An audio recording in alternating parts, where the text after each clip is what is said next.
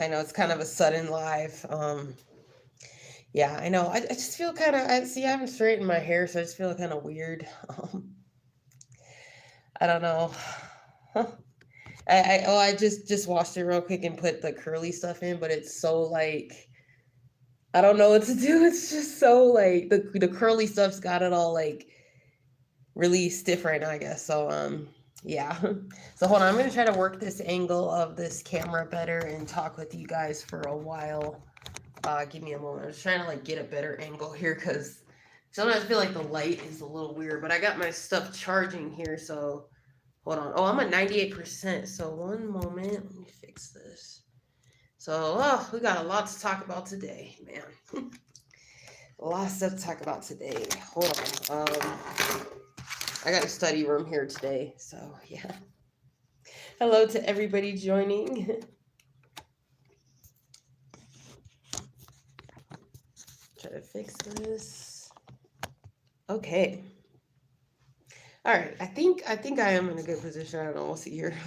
Just trying to figure this out. Just trying to get the light. Yeah, there we go. So I have a shirt here. I just got. Well, I just got this shirt at Big Lots real quick. It was on clearance. I was like, oh, this shirt's $3. It's so cute. It says like eat, sleep, attack, repeat or something. So I thought that was cute. So yeah, so I definitely wanted to have a talk with you guys today. I don't know how many people are gonna arrive, but I wanted to talk with you guys about my extreme targeting. Just give me one moment. I'm gonna have some water here. Let's see. Finally got my phone charged, so that's good, guys. Yay! Despite dealing with this harassment in this library yesterday, I was able to manage to get my phone charged, which was great. So that was good news. Yeah, so right now I don't see anyone in the room, but I'm gonna go ahead and get this live started. So for starters, I firstly want to first talk about these fake TIs, these fake targeted individuals. Now, as I'm seeing on YouTube right now, here's what I'm seeing is I'm seeing on YouTube right now that a lot of these people that are fake targeted individuals, fake TIs on this YouTube or whatever, the thing is, I can't fully say that every single one of them is fake, but there's something fishy here. Now, something fishy here that you guys need to notice and pay attention on YouTube. For some reason, these people keep on changing their names. Okay, well, what's going on here? Well, why do these targeted individuals keep changing their names on YouTube? That right there makes me suspicious. Right there. And if you are on YouTube and you're saying you're a targeted individual and you're being gang stalked, and I see you keep changing your name, I'm seeing these people changing their names about every I don't know, every so often or something like that. And it's really starting to kind of give me some red flags here. Like what do you guys feel the need to change your names for on this? Like I don't know. I'm just keeping the same name. Like I don't know. I mean, for me, it's kind of like the truth is here about this fake TI stuff is like honestly, I am seeing the YouTube community of like targeted individuals. I'm seeing honestly, there's a lot of fake TIs out here. There's a lot of fake TIs. The truth is though, honestly, I can't say that every single, there are some people on this YouTube that I feel are real targeted individuals, but then there's kind of like when you don't have evidence in videos on your channel, I have that suspect. I have a suspicion that you're not a real TI. You know what I mean? So hold on, I'm still just trying to fix this camera like here or whatever. Yeah. So there's a lot of fake targeted individuals going on YouTube. And the thing about it is firstly, this is what I'm talking about before I start getting into all the other crazy shit, because we got a lot of crazy shit to talk about. But yeah, I'm noticing a lot of fake TIs on here. And hold on, I'm trying to get this camera right. Okay, there we go. Yeah, so I started to begin to notice that I'm starting to see different in the YouTube community, them changing their names. Now I want to talk about yeah, so if I like I had mentioned before on my channel, if I notice and I see you if there's something that kind of happens to where I kind of realize and see that you're not a real target individual, I'm just gonna kind of silently kind of go ahead and just unsubscribe, and then I'm gonna go ahead and make it to where you can't contact me anymore on this YouTube channel. And I have had to unfortunately do that because I've had many fake TIs come onto my channel that wanna, I guess, I don't know why, but I think it's just like they kind of want to grab, they like, see, the thing is that this is how my life been. A lot of evil and a lot of like darkness tries to gravitate towards me a lot. So yeah, so we're gonna talk about this for a second because the thing is I don't want to put names out. I don't really want. The thing is I don't want to get into this beef stuff or any of this kind of stuff. But I'm just gonna say that I'm sorry I had to unfortunately delete you, Queen of the South, because yeah, here's what happened. So first of all, okay, I end up getting a comment. This Sean's daddy guy has been commenting me, giving me really rude and fucked up comments. Really, really fucked up comments. Like I'm talking really effed up comments. He keeps on harassing and stalking my page. And I had seen you end up commenting to his comment on my page that I just made talking about these energy weapons being used on me that I spoke to a cop. And he had commented, this Sean's daddy commented saying, oh, you know, the cop was making fun of you saying you need a tinfoil hat and LOL. And then I saw you commented saying to me, saying like with all these laughy faces saying, oh, just haha, yeah, just like the movie, whatever it was called. I don't know, some kind of movie called something Signs or some shit like that. Signs is a movie. I don't know. But the thing is, if you're gonna get on my channel and you're gonna get buddy and think you're gonna laugh and play and get buddy with these perps on my channel, that's where you're gonna get off my channel. That's where I'm sorry I had to delete you off my channel. And the one thing that's making me suspicious here is you are changing your name over and over. First, you change your name from Queen of the South, then you change your name to something else, then you change your name to A Dog's World, then you change your name to Name Under Construction, and then now it's back to Queen of the South. So I'm suspect. I'm suspect. Plus, on top, you really don't have any real targeted individual evidence. The truth about this is many people up here ain't real targeted individuals at all. They're just up here playing. They're just up here playing. You come out here, if your shit on your channel does not have any real legit evidence, I don't if you just have a few little videos where the shit that I'm going through and the shit on my fucking channel, I have every bit of fucking evidence and I have proof that I'm a real targeted individual. So, you know, I do converse on YouTube with a few people where I see your channel and I don't see any fucking evidence at all or very minuscule evidence. And I will go ahead and I'll still, hey, come to Alien Abduction Awareness and we'll talk, we'll be friendly and be, friendly and stuff and all that. But I still will know deep down in the back of my head that you're not a real targeted individual. And there are a lot of people that I will notice, I will feel an energy, a frequency through the cell phone and through the videos. That if I'm looking at your video, I can feel your energy and I can feel, the thing is, there'll be times that I'll open a video and I'll feel a good energy looking at your video. There will be times I'll open your video and I will feel a dark energy, I will feel a headache, and I will feel this and that.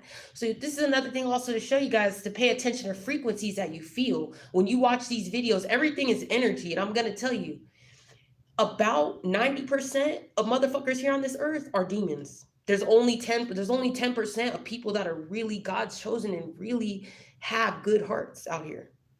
And it's the sad thing. It is really the sad thing. And it really it's touching. I'm gonna see. Thank you guys all for coming in here and coming to my live, because I really want to talk about some touching topics here today. I want to talk about well, I'm sorry, my phone just fell.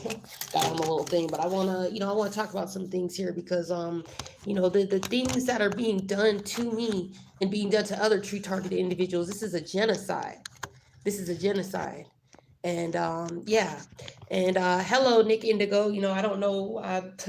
Well, I've heard you are a fake TI, so, I don't know, but, yeah, I mean, I'm just trying to spit some facts here on this thing, because yeah, basically there's not many real targeted individuals out here on Earth. Basically, yeah, Nick Indigo, you're right. Yeah, 90% of people, entities are demons, and 5 to 10% are decent good. You are so right, Nick Indigo. You are so right.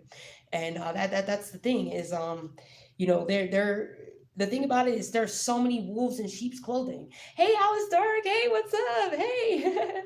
I'm on my new Yoda shirt. I got this at Big Lots. It was like, eat, sleep, attack, repeat. I was like, oh, I just have to get this like on clearance. So I'm like, oh shit, I had to get that. So yeah, so I do see, a lot of fake targeted individuals out here. I see a few, but I do know who has real evidence. Like Alice Dark, for instance, you have evidence on your channel. You're going through the same stuff that I'm going through. You have people think that they're gonna come up in these parking lots and think that they're gonna like just park here and stake you out, and people waiting. A lot of people on their channels don't like get evidence and stuff like that, or being really hit with these energy weapons and things like that and stuff. And oh yeah, thanks. Yeah, I love it. Yeah. Yeah. So seeing what you're saying, Nick Indigo, one moment. It's saying definitely talked. We talked about this already. Definitely not a fake TI. There are people making troll accounts with my names and other names impersonating people. Oh, okay, Nick Indigo. Yeah, I haven't looked at your channel before. I haven't looked at it or anything like that, but I just know that there was like some live stream things like this, and yeah, you're right. The cops are evil. Yeah, they are. A lot of them are, and they're involved in this like gang stalking shit. There, it's crazy. It's like, oh my goodness. So yeah, I am like, yeah, I'm tired of the cops over here. Some of them in the department are involved in this gang stalking, and it's crazy. And it's just like, wow, dude, I actually want to talk to you guys about that. So the situation with this cop. So all that happened. So last night, I ended up having the same symptoms of like the cop had came and used the energy weapon on me. So I actually am realizing, I don't know if this is a spiritual attack or this is energy weapons that they're using. I think it's a combination of both. But I've been up since 2 o'clock in the fucking morning. 2 o'clock in the morning. They're really working at 3 o'clock in the morning. I noticed I'm getting this really bad headache and it's lasting a really long time. I'm saying prayers. I do sage. I do a lot of try to do spiritual things like that. And I recently though did get this at a crystal shop. So I don't know if it's possible that the crystals that I have, because I sometimes worry about this, if it's possible the energies could be in this, in stuff like this, or like this is, the coin thing that I mean, the cop gave me this or whatever. The thing is, I never know. I don't know. But the thing is also, I realize I do have this like credit card, this Chase card that I do need to get rid of, like the chip in the card. I don't know what's attacking me, but I do know my cell phone, different things. I don't know if it's certain items. Like, I don't know if somebody could have put a frequency in this because they see you like on the video, or I just don't know what it is. But I'm being severely attacked spiritually with some kind of either, whether it be an energy weapon being used with them flying over my head with the like satellites and drones, because they do that a lot. Like there's the one church I stay at that I have permission to stay at, they fly over my head like every 2 minutes, and I just don't know what to do. So yeah, I'm being sleep deprived, and I know that I have a strong feeling that they are doing this because they see that I have a job now, and they see that I'm keeping my job and I love my job, and I have a nice stable job. Now, for instance, a job that I had before, I made good money, but this manager would not shut her fucking mouth. She was a fucking bitch. She was just, it was a high turnover piece of shit. But I have a job that's stable, that's not high turnover.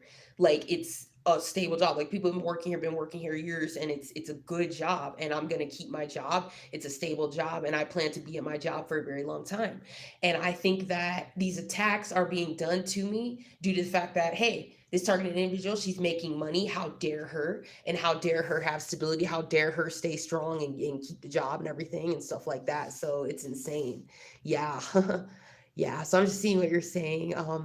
Let's see. You're saying, I'll start. You're saying, I'm sorry. Yeah. Some of what you're experiencing could be poisoning or weapons. They mess with my stomach. And I believe, yeah, that's right. Yeah. They do something with like, something to cause headaches, to they can also raise your blood pressure with these like energy weapons. I think it's, yeah, a combination of poisons, because sometimes like I'll eat something and I'll notice it tastes like poisons. I know they somehow find a way to like get into your food and get into your like house, and I don't even know what they do, but I know at like my mom's house they did so much stuff to like poison me and putting stuff into my food and things like that. And I don't know how they do it, but they just find a way to do it. But as I expected, like I said, they're warlocks and witches, so I think they know how to actually open like locks and on doors and windows. And I've seen it before. I've seen, when I told you guys I'm abducted, like they have the ability to somehow use some kind of magic to make a door, just the lock just twist. So these people are very experienced in black magic. They are very, very experienced in like doing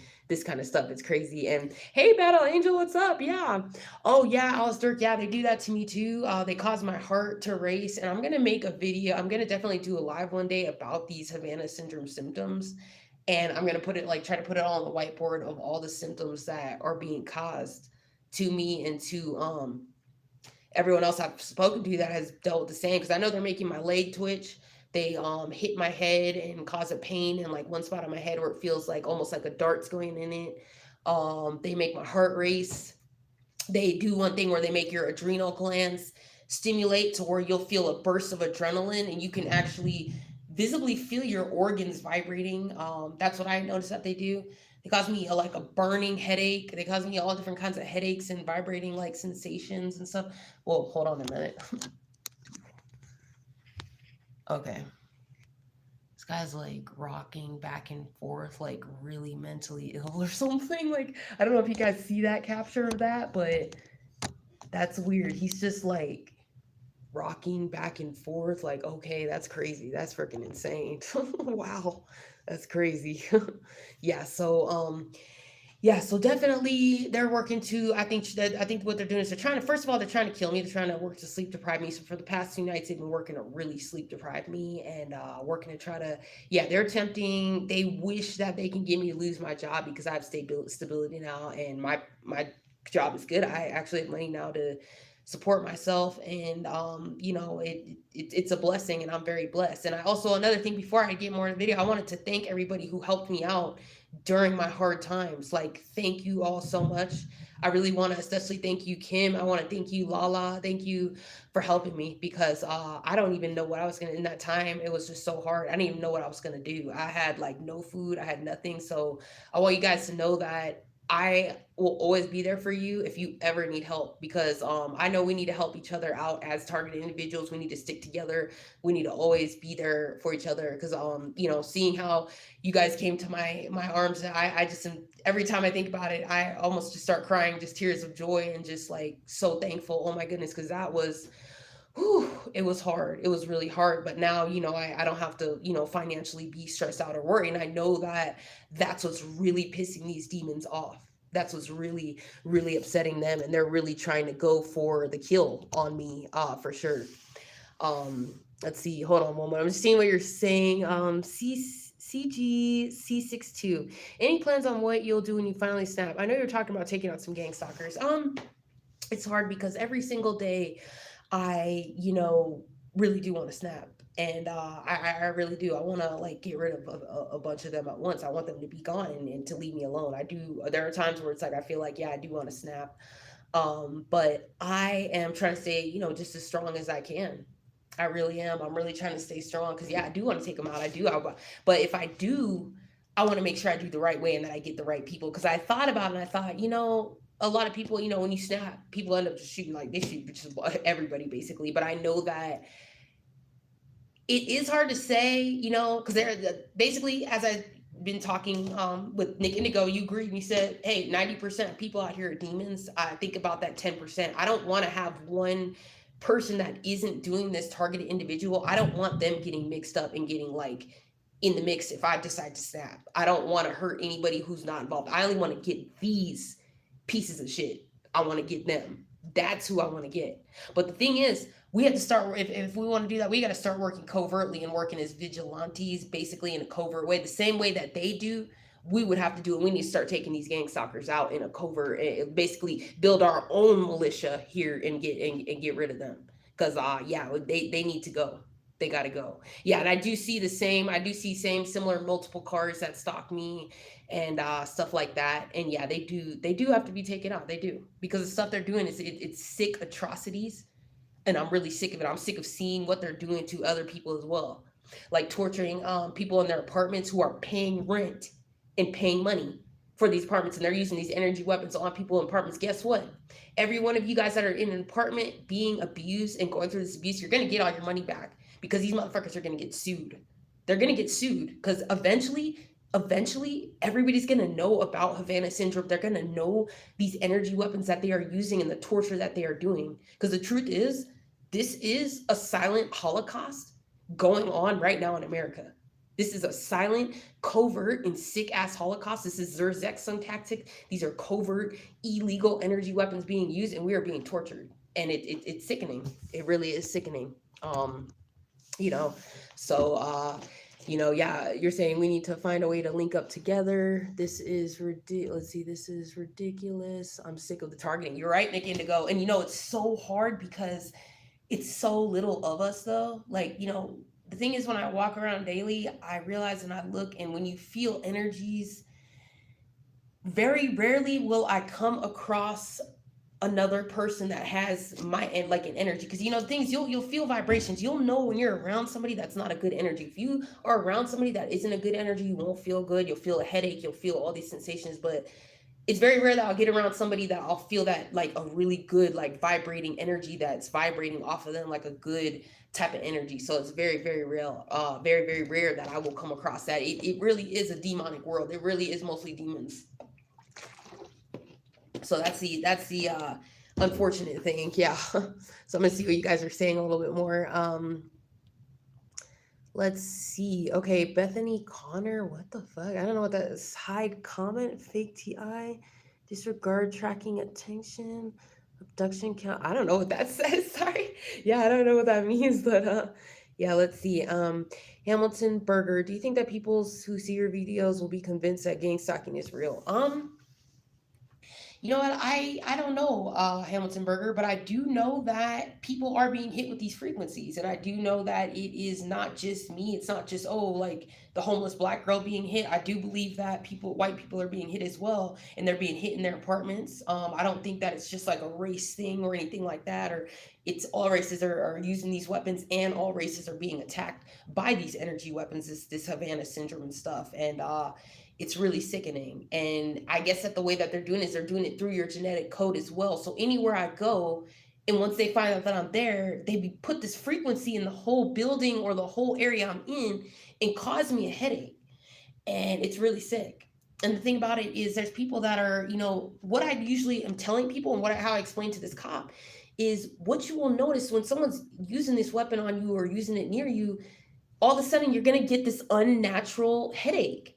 You get this unnatural headache, or you get these unnatural body twitches in different parts of your body, or other unnatural feelings in your body that'll let you know that you are being assaulted right now by these energy weapons. And the thing is, it can be done to anybody. It can be done at any time. And over the years, for many years, I never knew, oh wow, like, when I was getting headaches, like random kind of headaches, or these random kind of pains, or pains, I didn't know that an energy weapon was being used on me. But wow, they actually really been using that on me for a very, very, very long time. It's really sick, really, really sick. Yeah. So it's really sickening, and they're using things to also, alter your mood and different kind of shit like that. So yeah. So hold on, I'm trying to see what you guys are saying.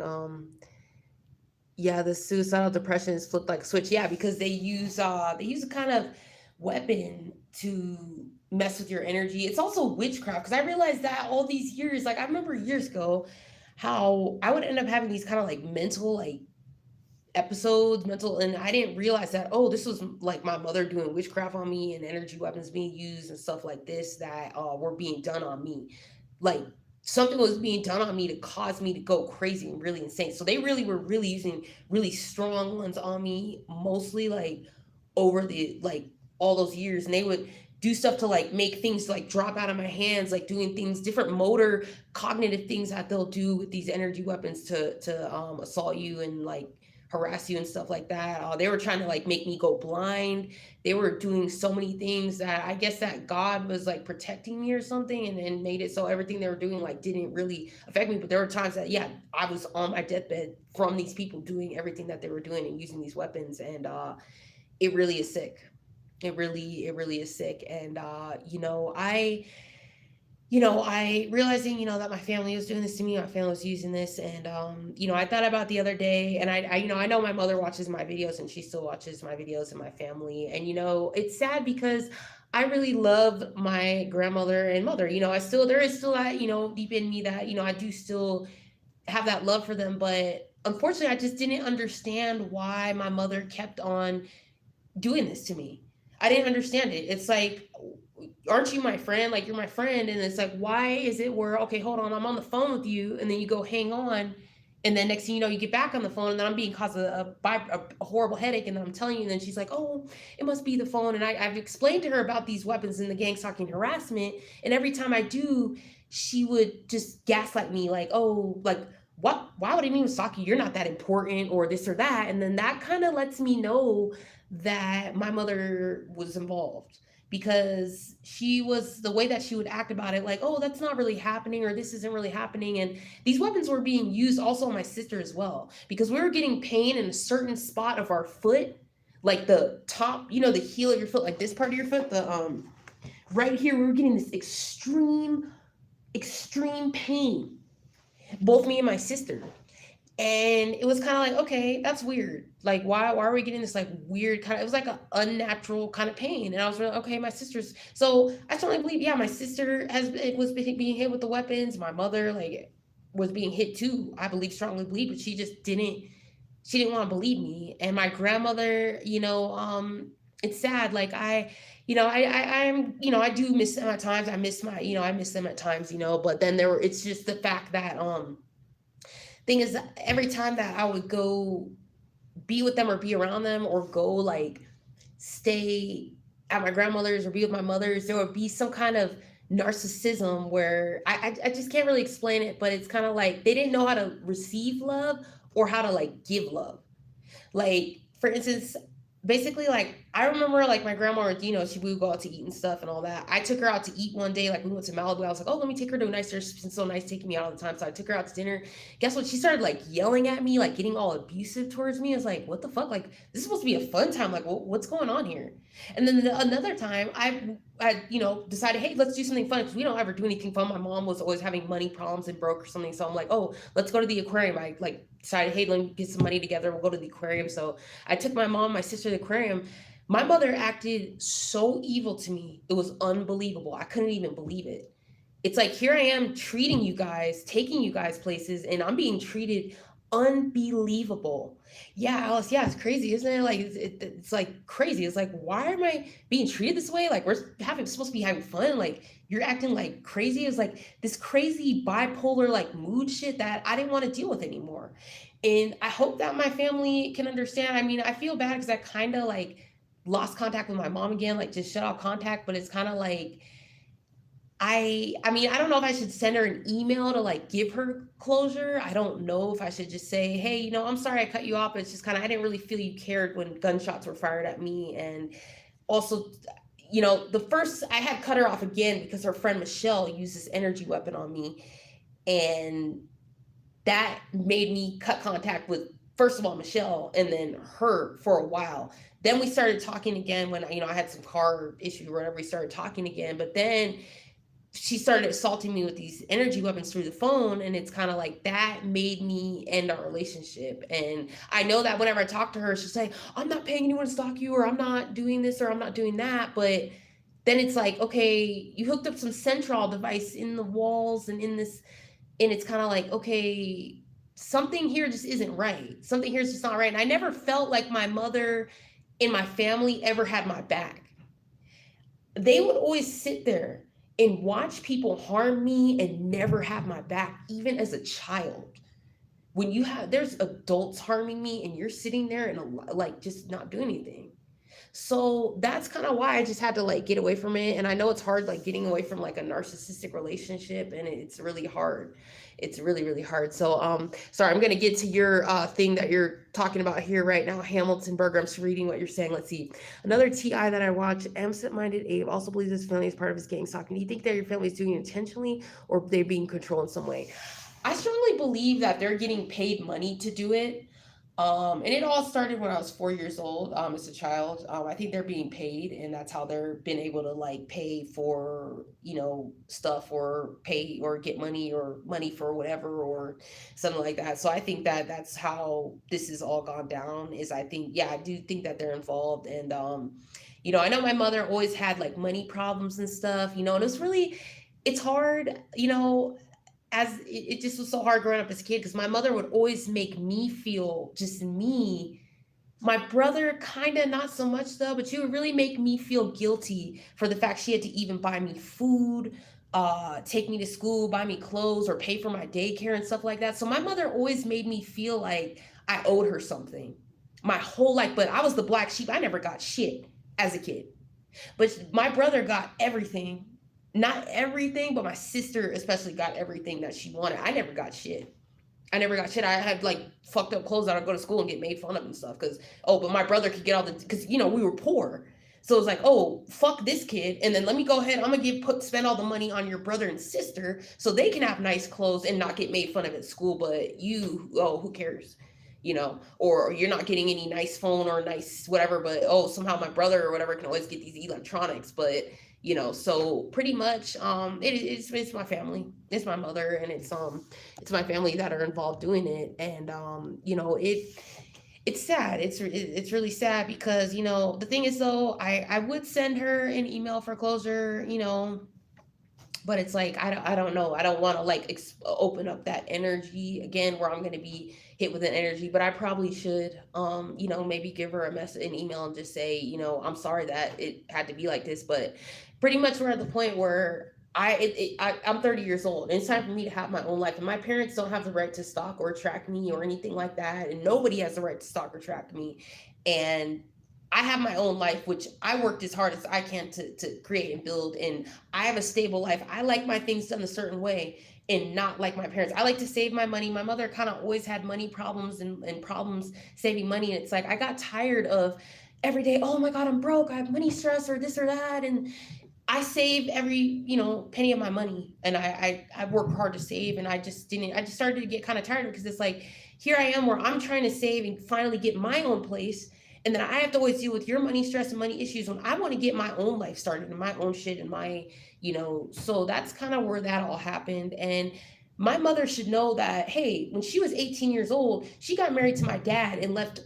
Her mother was doing the same shit to her and was trying to keep her there until she was about 30 years old or whatever. She got away. So it's like, she needs to understand that I honestly, I have had 28 years wasted living with her, and to continue stalking me and trying to block me from having a life and having a husband or whatever needs to end. It just needs to end. And it's just kind of like, I just realized that it's best for me to not have these people in my energy field and just around my energy, period. Like, it's just the best for me to do for my health and for my sanity and this and that. And I mean, despite though that, it was nice to, it's nice to talk to my mom and speak to her, but it's kind of like now I don't really want to call my mom or talk to my mom anymore due to the fact that, okay, I'm going to call you and then you're going to decide for whatever reason, or maybe you feel jealous of me or whatever fucking reason, you're going to decide, hey, I'm going to turn on whatever energy weapon and cause you a headache.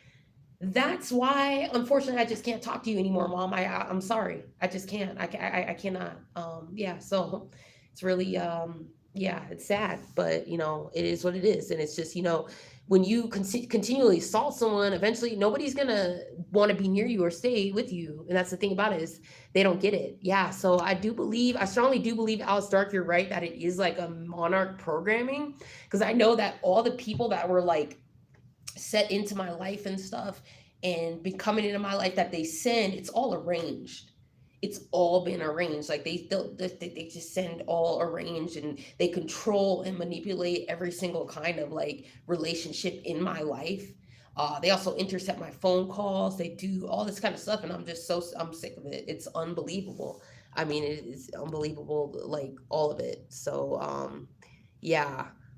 Okay, I'm sorry, I'm gonna block you, Bethany Connor, because I don't know what you're doing. So I'm gonna go ahead and, yeah, you're getting off my channel because I don't know what you're saying, Bethany Connor. It's just like some weird shit here. So bye.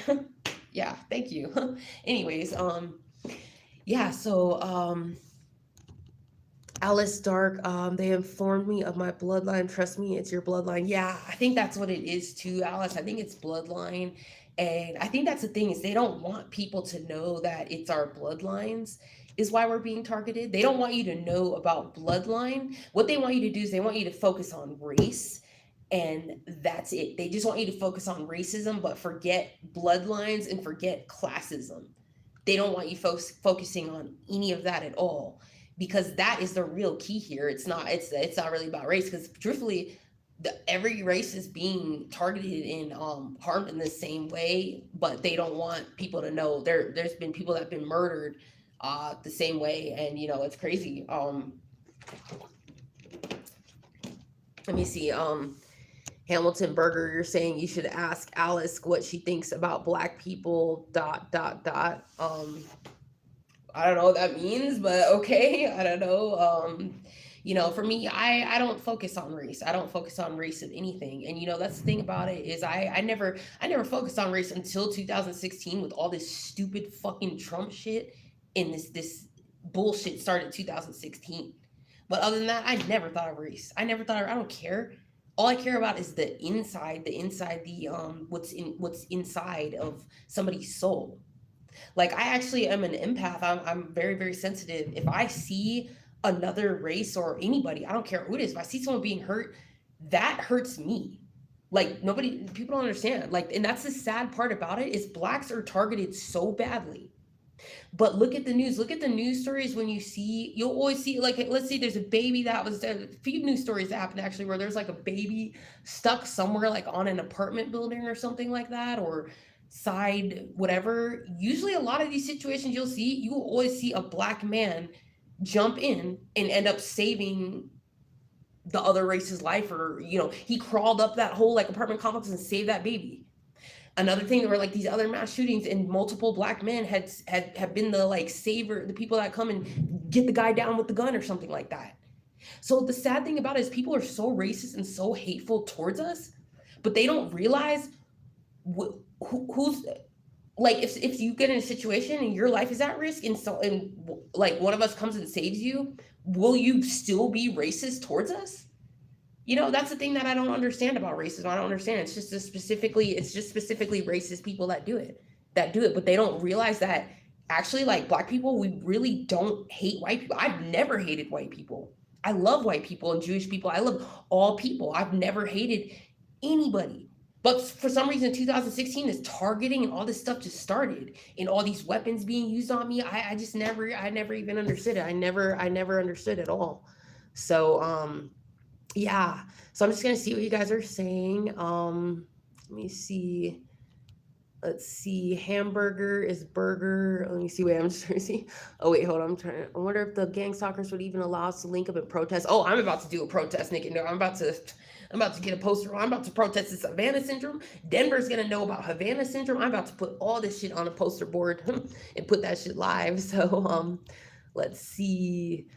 Dark Hamburger is Burger Boy. He's a Jew troll or something. That's what you're saying. Okay, and then yeah, Burger Boy is a troll. Yeah.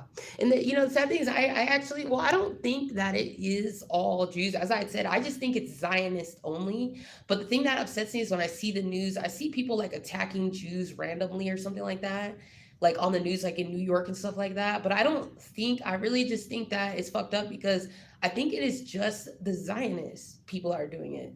Like it's a specific certain like group of them that are doing it. I don't think it's all though. Like, so it's just like, I don't know, it's just, there's just so much like hate in the world, all that like and stuff. But it is definitely, yeah, the Zionist one, the one that are doing the really evil, the specific one group that's doing it, yeah, they are very evil. Yeah. And like with my race, for instance, like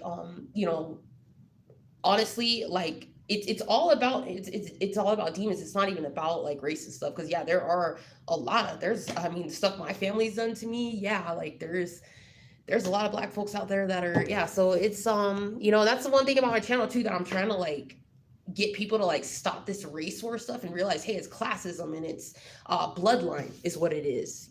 So it's crazy. Yeah.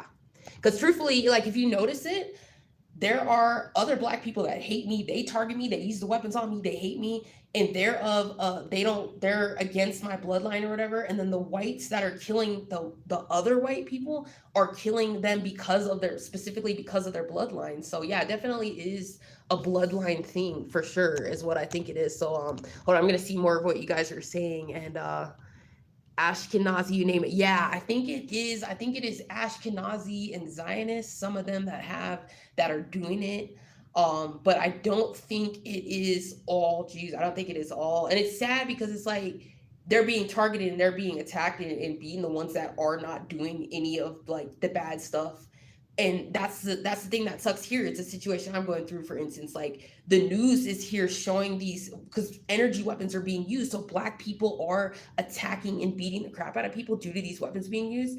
And that makes them say the news is like really persecuting and saying, hey, like, oh, black people, homeless people are crazy and gonna just randomly attack you like in the streets and stuff like this. So the news is the number one cause of all this shit, and it all began in 2016. And you have to understand that these people are also using these energy weapons and doing this stuff. Like they're even doing certain things to politically like influence a country. That's what this gang stalking is doing. Because the thing is, when they gang stalk, they can get somebody to mass shoot.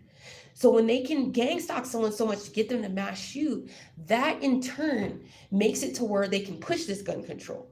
For instance, Wakusha, I highly 100% believe that Wakusha was one of these perps. I think the guy driving the vehicle, because I have these maroon red cars stalking me all day, he was paid to do Wakusha so that could get a lot of white people very, very angry towards blacks.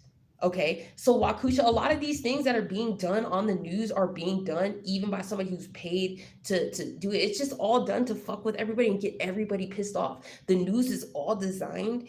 Every one of these news stories and stuff is designed to get people pissed off and riled up towards other races and create this division, because the Archon reptilians specifically feed off of this negative energy, and these Archons and these entities, they're parasitic. So they feed off of that. And the more division and the more they can get people to kill each other, then they also can get the body, they can get the organs. So humans killing each other, the one thing people have to understand, us humans killing each other is exactly what they want.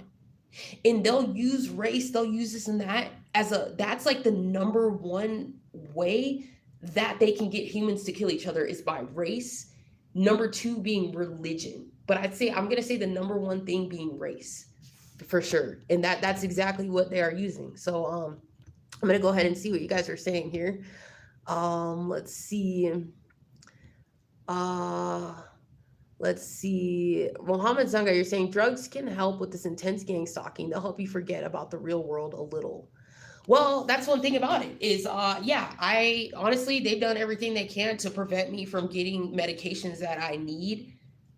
First of all, I can't get any medication for even anxiety or depression, because they won't prescribe that. They won't prescribe me anything for pain at all, because they want me to 100% suffer. So that on a day, if I have a panic attack, I can't even take something for anxiety for a panic attack. If I'm having a day I'm in severe pain, I have nothing at all.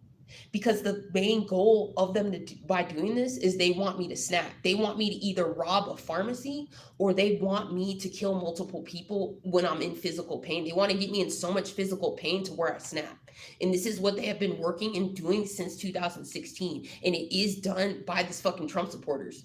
You will notice that these white cars, a lot of them have Trump Pence stickers. They really do. And this Mike Pence, this motherfucker's name is Mike. A lot of these people doing this stalking are named Mike. And for some odd reason, I've had a person named Mike online gang stalking me for a long time. Like, there's someone named Mike from Texas, some Mike or some shit. So it's definitely like, yeah. Oh, hey, Buffy the Next Slayer. Yeah, hey, what's up? And hey, everybody that I haven't said hi to yet. I'm just kind of going through all the comments here. So I gotta look and read, because it's a lot. Let's see. Hamilton Burger. Let me see. Oh, hey, Crystal Roberts. Hey, everybody in the room. Hey, I'm just seeing what you're saying. Okay, Hamilton Burger is saying Alice spread siege, and now she thinks it's all the chosen people of Israel that cause her to be a dried up old woman. Okay, well, the thing about being chosen of Israel, it's honestly it us targeted individuals are all the are we're the chosen of Israel, and it's interesting because I had just talked to somebody today, and they had told me, I don't know if you guys heard about this, but there's something going on in Israel right now, where I guess in Israel they're telling people not to travel there because supposedly people are running into the streets and claiming they are the something of Christ, and they're like having a manic something. So the thing about it is right now I think we're having a phase where a lot of people are really increasing these gang stalking on the people who are really the real chosen ones. And there's people that are seeking wanting to be chosen, I guess, for some reason. I think that they're starting to realize, and I think that's now why I think now people are starting to maybe view, because I am noticing, if you guys notice, we are starting to get more subscribers and more views. So I think people are starting to see us and starting to watch us and starting to realize, hey, these people are the chosen people of the Bible. These people are really going through this persecution and going through this. And I think I think they're going to start to realize that, hey, there's something going on here where these people are being persecuted in this kind of way. Like, for instance, my channel, I'm getting all the evidence of everything. And yeah, I think that, honestly, I think that yeah, we are chosen. We are definitely chosen because to go this way to stalk me to this length and to stalk us to this kind of length, there's just got to be something about it. And this has been going on with me since I was a kid, that I've been being stalked like this. And yeah, I definitely think so. But Bluffy, I think it is you know us being chosen. I think they're also increasing the weapons, because as I had seen in your video, I had seen there are these pole like antennas that are popping up on people's houses. Well, they now also have that on their vehicles, because that last video I had made, they had this pole, like it's usually on trucks. They'll usually have it on a truck, and they'll have either a pole fitted through it, or there are some of these vehicles, well, they'll have PVC pipes that are the PVC pipe is attached from the I want to say the first headlight, and then it goes up to the roof of the vehicle. So I don't know what that is about. I don't know what they're doing with that, but they're doing something. They're doing something for sure. And I think it's really, really sick. It's really insane. And one of the things that scares me is I just like worry about the effects of this radiation. And I just think about it, and I just think about, the truth is we are all Jews. We are Jews because these people are radiating us. We're being radiated, we are being tortured, we are being burned, we are being everything. Honestly, I'm in a room right now being microwaved. So I'm in an oven. Okay? Every single day, 24/7, I'm in an oven. I'm being tortured the same way that I'm being tortured in the same way. And the thing is that history is repeating itself, unfortunately. And there is a Holocaust going on in this country silently. And this is all the stuff that they're doing right now to all of us is the stuff that they did to Jews right before they rounded Jews up and put Jews into concentration camps. These are Nazis that are doing this, and you're gonna really realize that these people are really Nazis doing it. If you saw the guy who like raised his arm at me, and I noticed the people that are really doing this gang stalking stuff, and that I have seen in this Milab type of Milab experience, these are German Nazis. These people, this woman was straight. These are German Nazis that have never died. This Hitler and this crew, they did not die. They found a way. They went to Antarctica, and they've created some underground something. They actually were getting they found a way to do a lot of shit. And you're gonna realize that these are Nazis doing it, and these Nazis are headquartered many places in America. And I usually can see them. I see their faces and I see what they look like. They look like they have Russian and German type of features in their face. The ones that are white that are doing it, I'm gonna say that, yeah, that's the features that I noticed. I noticed German features and Russian features of the people that are assaulting me with these energy weapons. And I also noticed it being illegal aliens. Specifically, it looks to me like they're from Central and South America that are coming and doing it. For instance, I just showed you guys that video, that woman at the library yesterday. A lot of them look like her. They have like a dark hair. The thing is, I don't know. I don't think that they are Mexican. I think they are Central and South America. They have some different features where they look Peruvian or something else. I think I don't know what they are, but yeah, that's so right, Bluffy. Yeah, the Ukrainian soldiers have Nazi tattoos, and that's one thing about it. If I honestly think a lot of them are neo Nazis, and to me, I think that Chief Handler was actually bragging to me one day. He's like, "Oh, yeah, I gave 2,000 to Ukraine along with other various charities and stuff." You have to understand that they're funding this Ukraine for a new world order. They're funding Ukraine for the new world order. It's some sick shit. It is really sick. And the thing about it is they're not going to tell you what's coming to America. They're not telling you any of the truth. They're not telling you anything. They're not telling you that attack in New York, that was a directed energy attack on a crowd of people.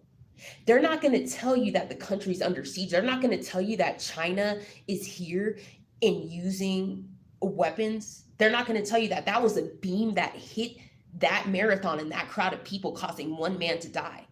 They're not going to tell anybody the truth. The thing is, this is just going to come, and you're going to start seeing crowds of people injured. You're going to see crowds of people dropping dead, because these weapons are being used and they are invisible. You cannot see these beams that are being used. And you're going to begin to see more of this with the news. That the thing is, they just said, oh, 17 people were injured. One man died once he crossed the finish line. They're not telling you a damn thing. That's it. They just give you this little vague news stories. Know that the news is not going to tell you the truth until we really, really begin to see it, until they just can't hide it anymore.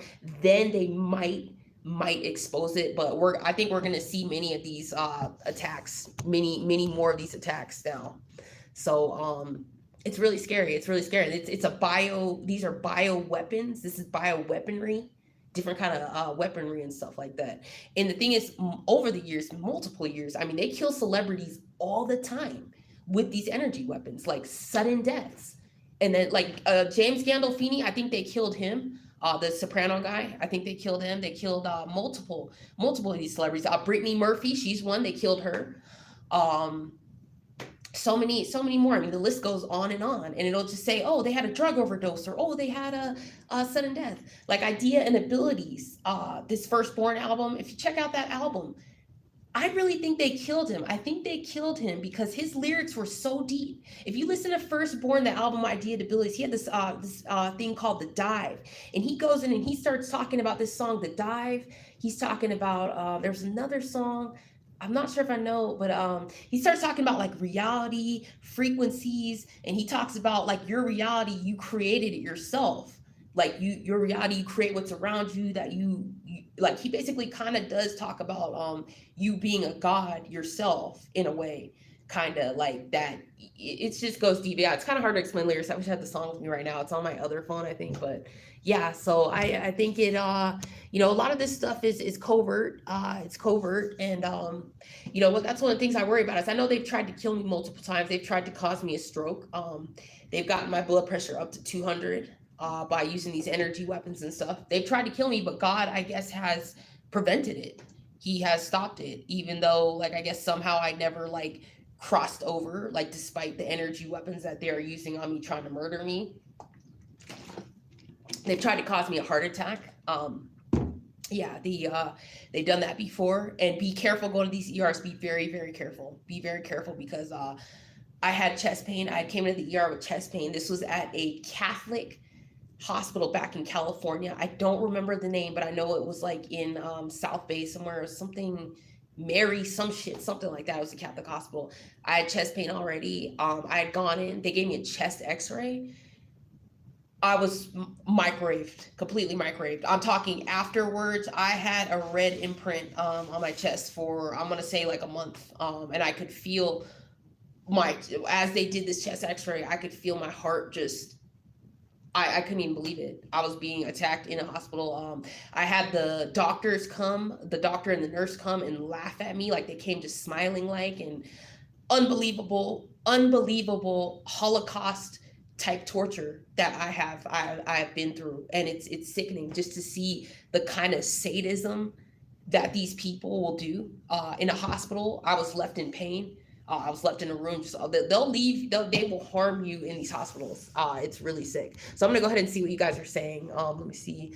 Yeah, okay, sorry, I was checking if you guys are saying anything, but yeah, it really is a scary situation.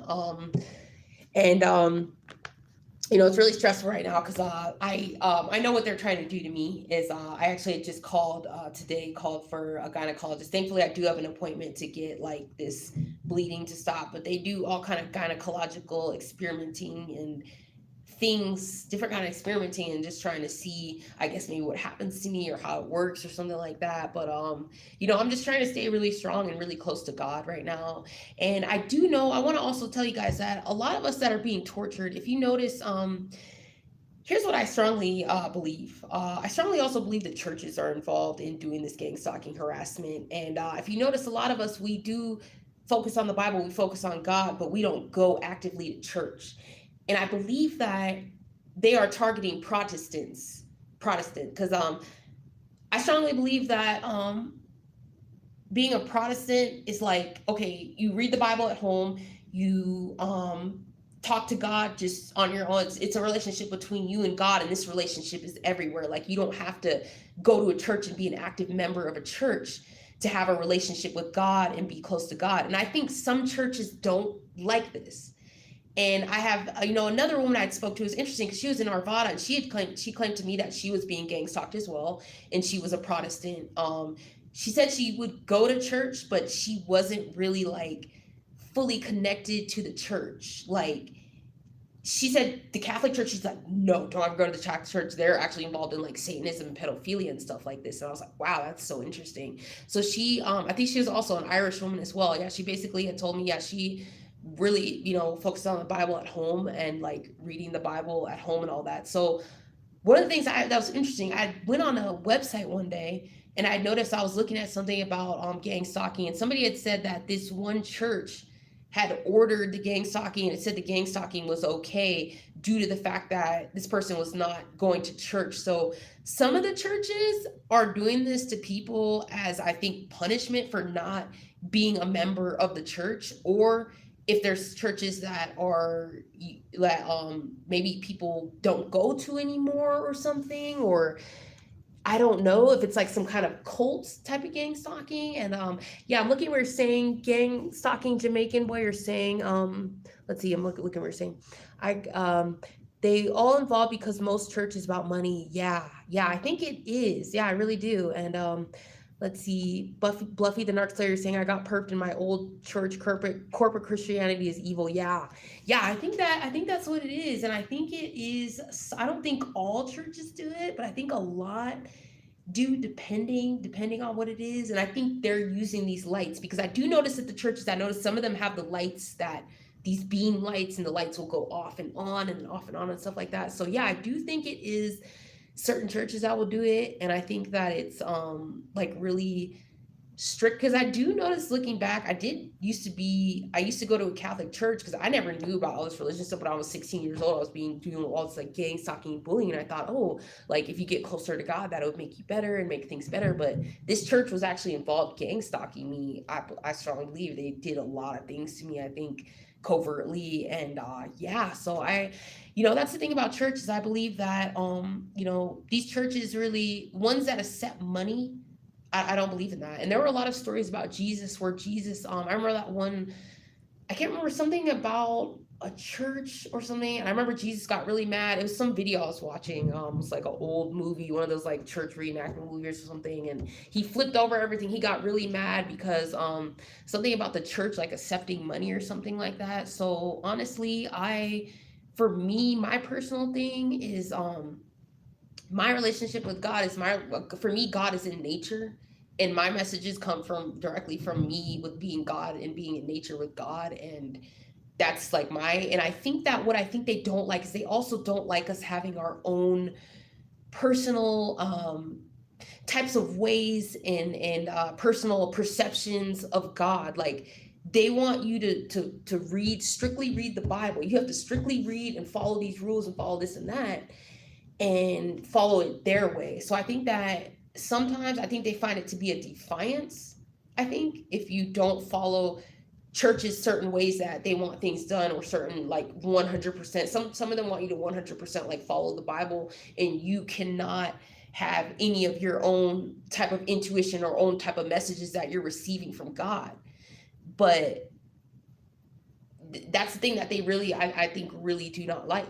That's the one thing I think they don't like, because they want it to all be by the book. And I think it's about your own mind and your own perception of God. I think everybody's relationship with God is different, and everybody perceives God in a different way. So I think that's my like take on it for sure. Yeah, because yeah, it's terrible though that they're doing gang stalking, because it's sad, because I do notice there are a few churches where I will notice gang stalking vehicles in the parking lots, depending. But yeah, unfortunately, I don't think it is all though. But yeah, so yeah, I definitely wanted to yeah, talk about that, because but I am very grateful. I have been able to park at churches safely and stuff like that, so they are safe places, and they're great. But yeah, unfortunately, I think there's just a few groups that are involved doing this. So yeah, so I want to let you guys know, yeah, my gang stalking unfortunately is at this gang stalking is at the level of it's never been in years. Sorry, I'm just checking the time, so I have a time limit in here. So 4:52, I'm good. So I still got some time here with you guys, a while here, so that's good. Yeah, it's at the most extreme level, and I know that they're working to send frequencies, send energies, and I basically, things are coming up for me to where, okay, I'm financially okay and financially set to where I can get a place, and I know that my family does not like that, or somebody doesn't like it and is working as hard as they can to try to stop me and stop it and break it down and all that kind of stuff. And yeah, it's insane. And this gang stalking stuff, yeah, I will fight back. I will physically fight back. Now that's how I handle the situation. Honestly, because I'm gonna tell you guys, I haven't posted the video yet, but yeah, I had to show. I taught a gang stalker a lesson with the bat. He got to learn. But the thing is, this gang stalker had already been taught the lesson. Let me tell you guys this story. So I go somewhere. I just go somewhere, get some food, coffee, whatever. So I go to the parking lot. I'm sitting in my car about 10 minutes because I'm being hit with energy weapons, which right now they're hitting me right now. They're causing me a headache for sure. I don't know if it's from what I said about the church or something, but they're definitely hitting me right now really hard. It's crazy. But yeah, anyway, so this car comes, parks next to me. So this car pulls up. It has like a duct tape side mirror. Okay, the mirror's held up by duct tape, the side mirror.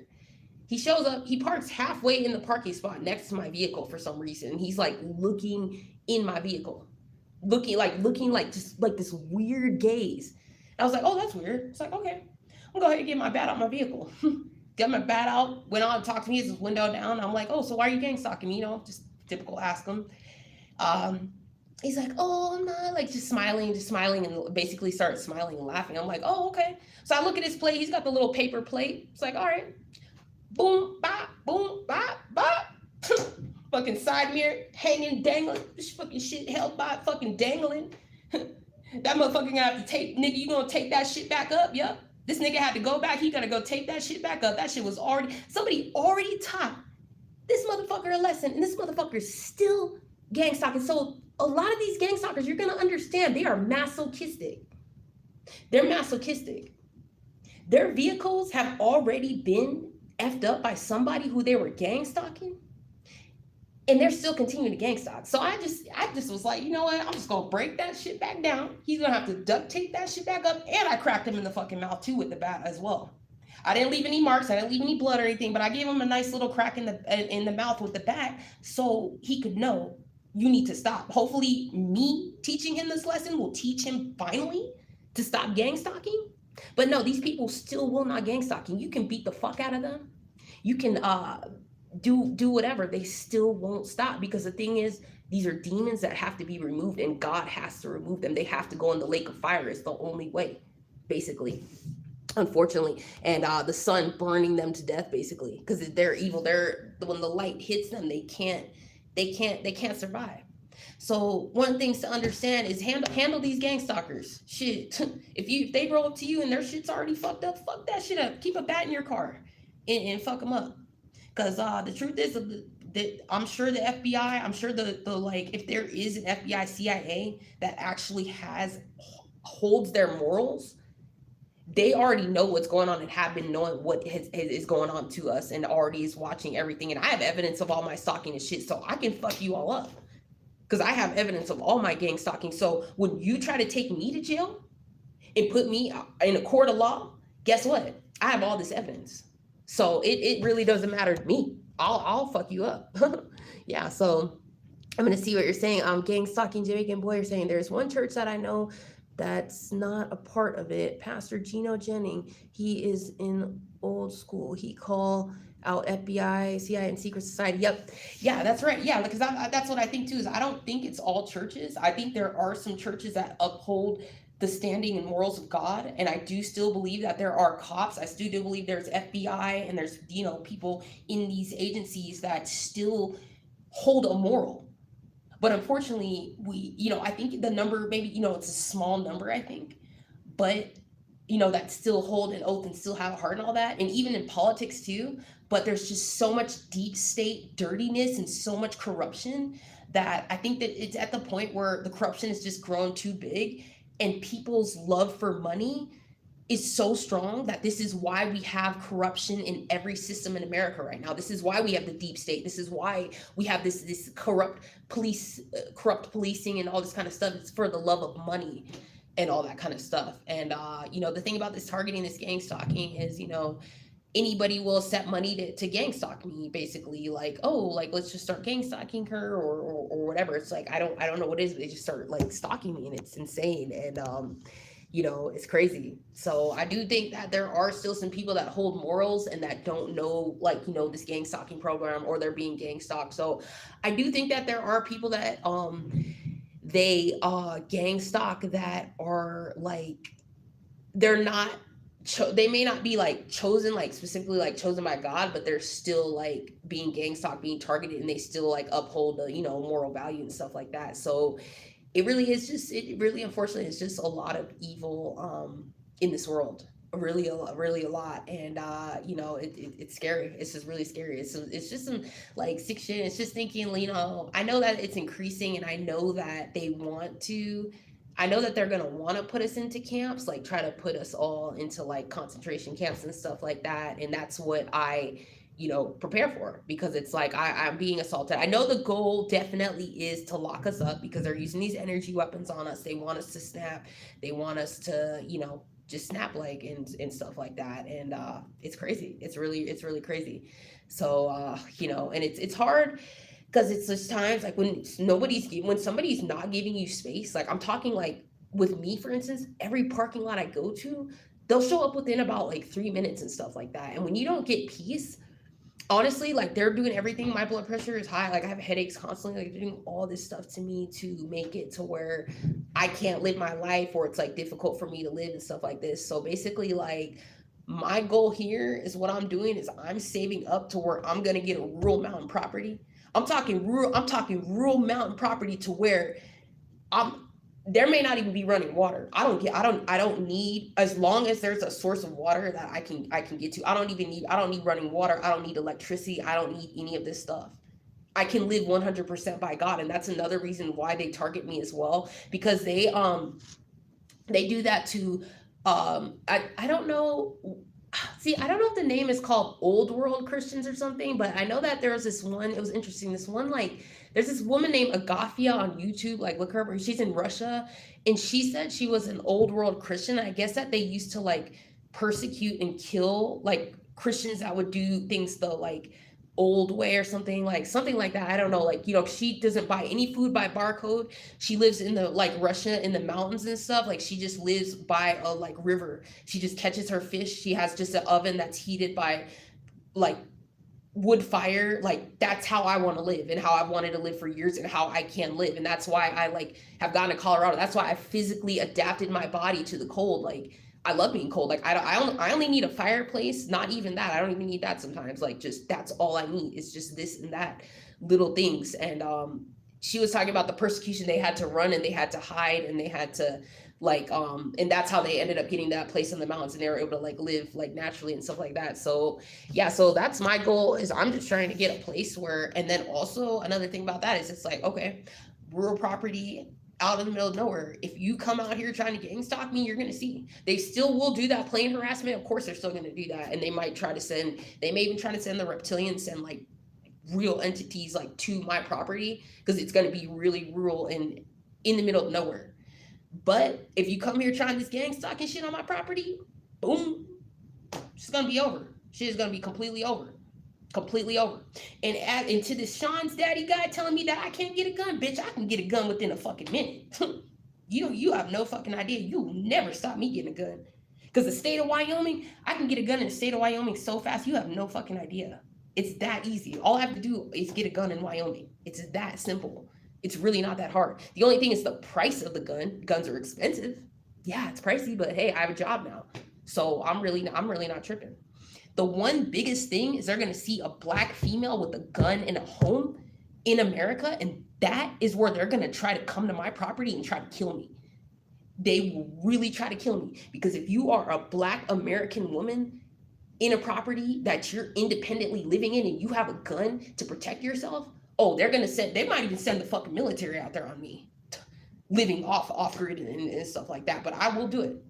I will do it. And many times I've had to stop myself, because it's like I want to go off grid on foot, but it is just a little bit harder. I mean, I would still do it. Because it's like, with me, I just try to stay as strong as I can. I just use alchemy, like, is what I try to use, just like mental strength and stuff like that. And that's how, like, people are expecting me to die in Colorado winter. They're like, oh, she's, my dad was thinking I was gonna die. Everyone thought I was gonna die. It's like, no, I never thought I was gonna die. Shit, no, I'm not. It's so funny because people will come to my door of my car and knock on my window and ask me, like, if I'm alive. It's like, it's just snowing. Like, I'm alive. I'm not dead. Like, are you serious? Like, I mean, it was just like, in negative 25, like up in Granby. Yeah, I mean, the cop was like really concerned about me. So that was like really nice. Like, that is something more like, okay, yeah, negative 25. Yeah, that's a little, but even then still, like, I love it. Oh my God, I love that negative 25 shit. I want to be back up there. Yeah, I love the cold. So it's like, I learned to love it as, I train my body. And once you train your body and adjust your body to something, it doesn't even bother you anymore. And that's the thing about it is they don't want you to know all the abilities that we have as humans as well. And this goes for all races, every single race. There's a lot of things that you can do as long as you train your mind to do it. Like, people expected me, oh, she's gonna die all winter. I'll stay all winter, like, in a teepee in a tent with the snow. I don't care how cold it gets, because I mentally work to mentally. It takes a mental type of strength to do it, but it's like I just learned somehow to, like, push myself to do it. And I learned it was called alchemy or whatever. So, like, yeah, so they don't want humans unlocking this stuff or doing this stuff, because they don't want you using your own power or working with your own power. And I guess this is why they are increasing the gang stalking on me. Yeah, like my Camping for the Climate channel, I guess that really pisses them off. And like my Camping for the Climate Instagram or some shit. It's crazy. Yeah. So I'm gonna see what you guys are saying. Let's see, Gangstalking Jamaican boy are saying they use a lot of college kids to watch me a lot too, to give them free schooling. I just smile because I don't even look at them anymore. I just try my best not to look at them anymore. This is so crazy how a kid go kill 14 kids and fool kill 10 and walk out without being killed. So much double standard. Wow, that's crazy. Yeah, I actually just had seen that Texas thing, but unfortunately I just only saw the title. But I did not see the whole news story. I didn't see the news story, but yeah, they're honestly, all these shootings going on, they're getting ready to they're gonna take guns away. That's what they're getting ready to try to do.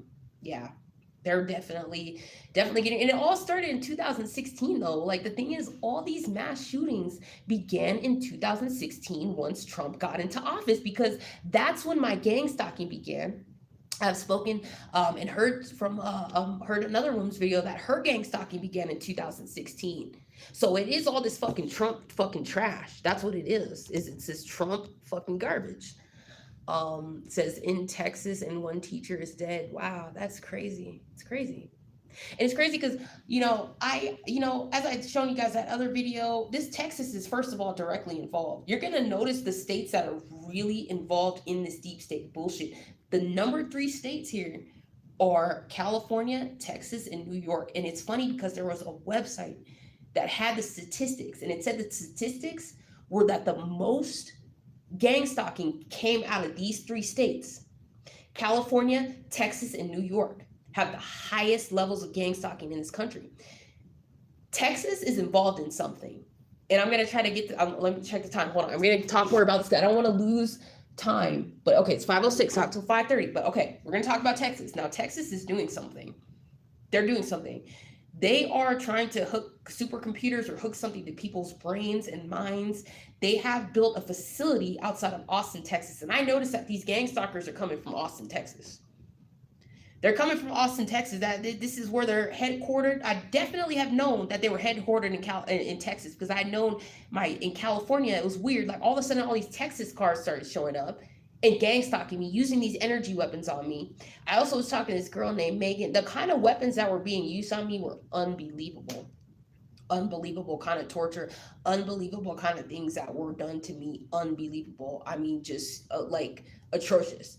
And the thing about it is they've kind of worked to kind of try to erase some of my memory of the things that had been done to me, but they did so much evil shit to me, so much gang stalking stuff, just evil stuff, evil, evil, evil. And yeah, so I believe it's Texas that's really involved in it, that's doing something. I think that they have built, yeah, a facility with, first of all, they said it's a 17 million computer chip facility. So I know that they're doing all the, there must be, I think it's Texas A&M University, first of all, that's really involved, because they have been gang stalking me for a very long time. And you will understand a lot of these universities are also involved in this gang stalking as well. But yeah, it mostly is Texas A&M University, and the gang stalking is coming out of like Texas mostly. And I know that it's either this Nazi group of this like Nazi supremacy something group, and it also is a group of people, they just want to control people's minds or something and have some kind of control. And I think it also is Trump supporters. It's like a combination of something. But I'm trying to still dig deeper and figure out about this group in Texas and figure out like what this is. But I do know that the girl that is working on my job, I do know she is a gang stalker for sure. It's like, okay, 3 days after I start working, you just show up here with Texas plates and you got the job. Like all of a sudden you're like here at the job. It's like, yeah, and you're hitting me with the energy weapon and this kind of voice to skull calling me the N word. And I know exactly what you're doing. I know exactly what you're doing. It's like, I know that, and she's from Austin, Texas, and it's like, okay, I know that yeah, this is one of them. So and it all is a goal. And I don't know if this group, if they're one political side or the other spectrum of either it's the left or the right in this group specifically, but it seems to me, it seems it's both, but then it's like, I'm not really like exactly 100% sure, but it's like, I don't know. You said you told someone they're trying to take guns from citizens. Yeah, they are. And the first state they're going to do is they're going to do it in New York first. That's where they're going to do it first, I think, is that's going to be the first state.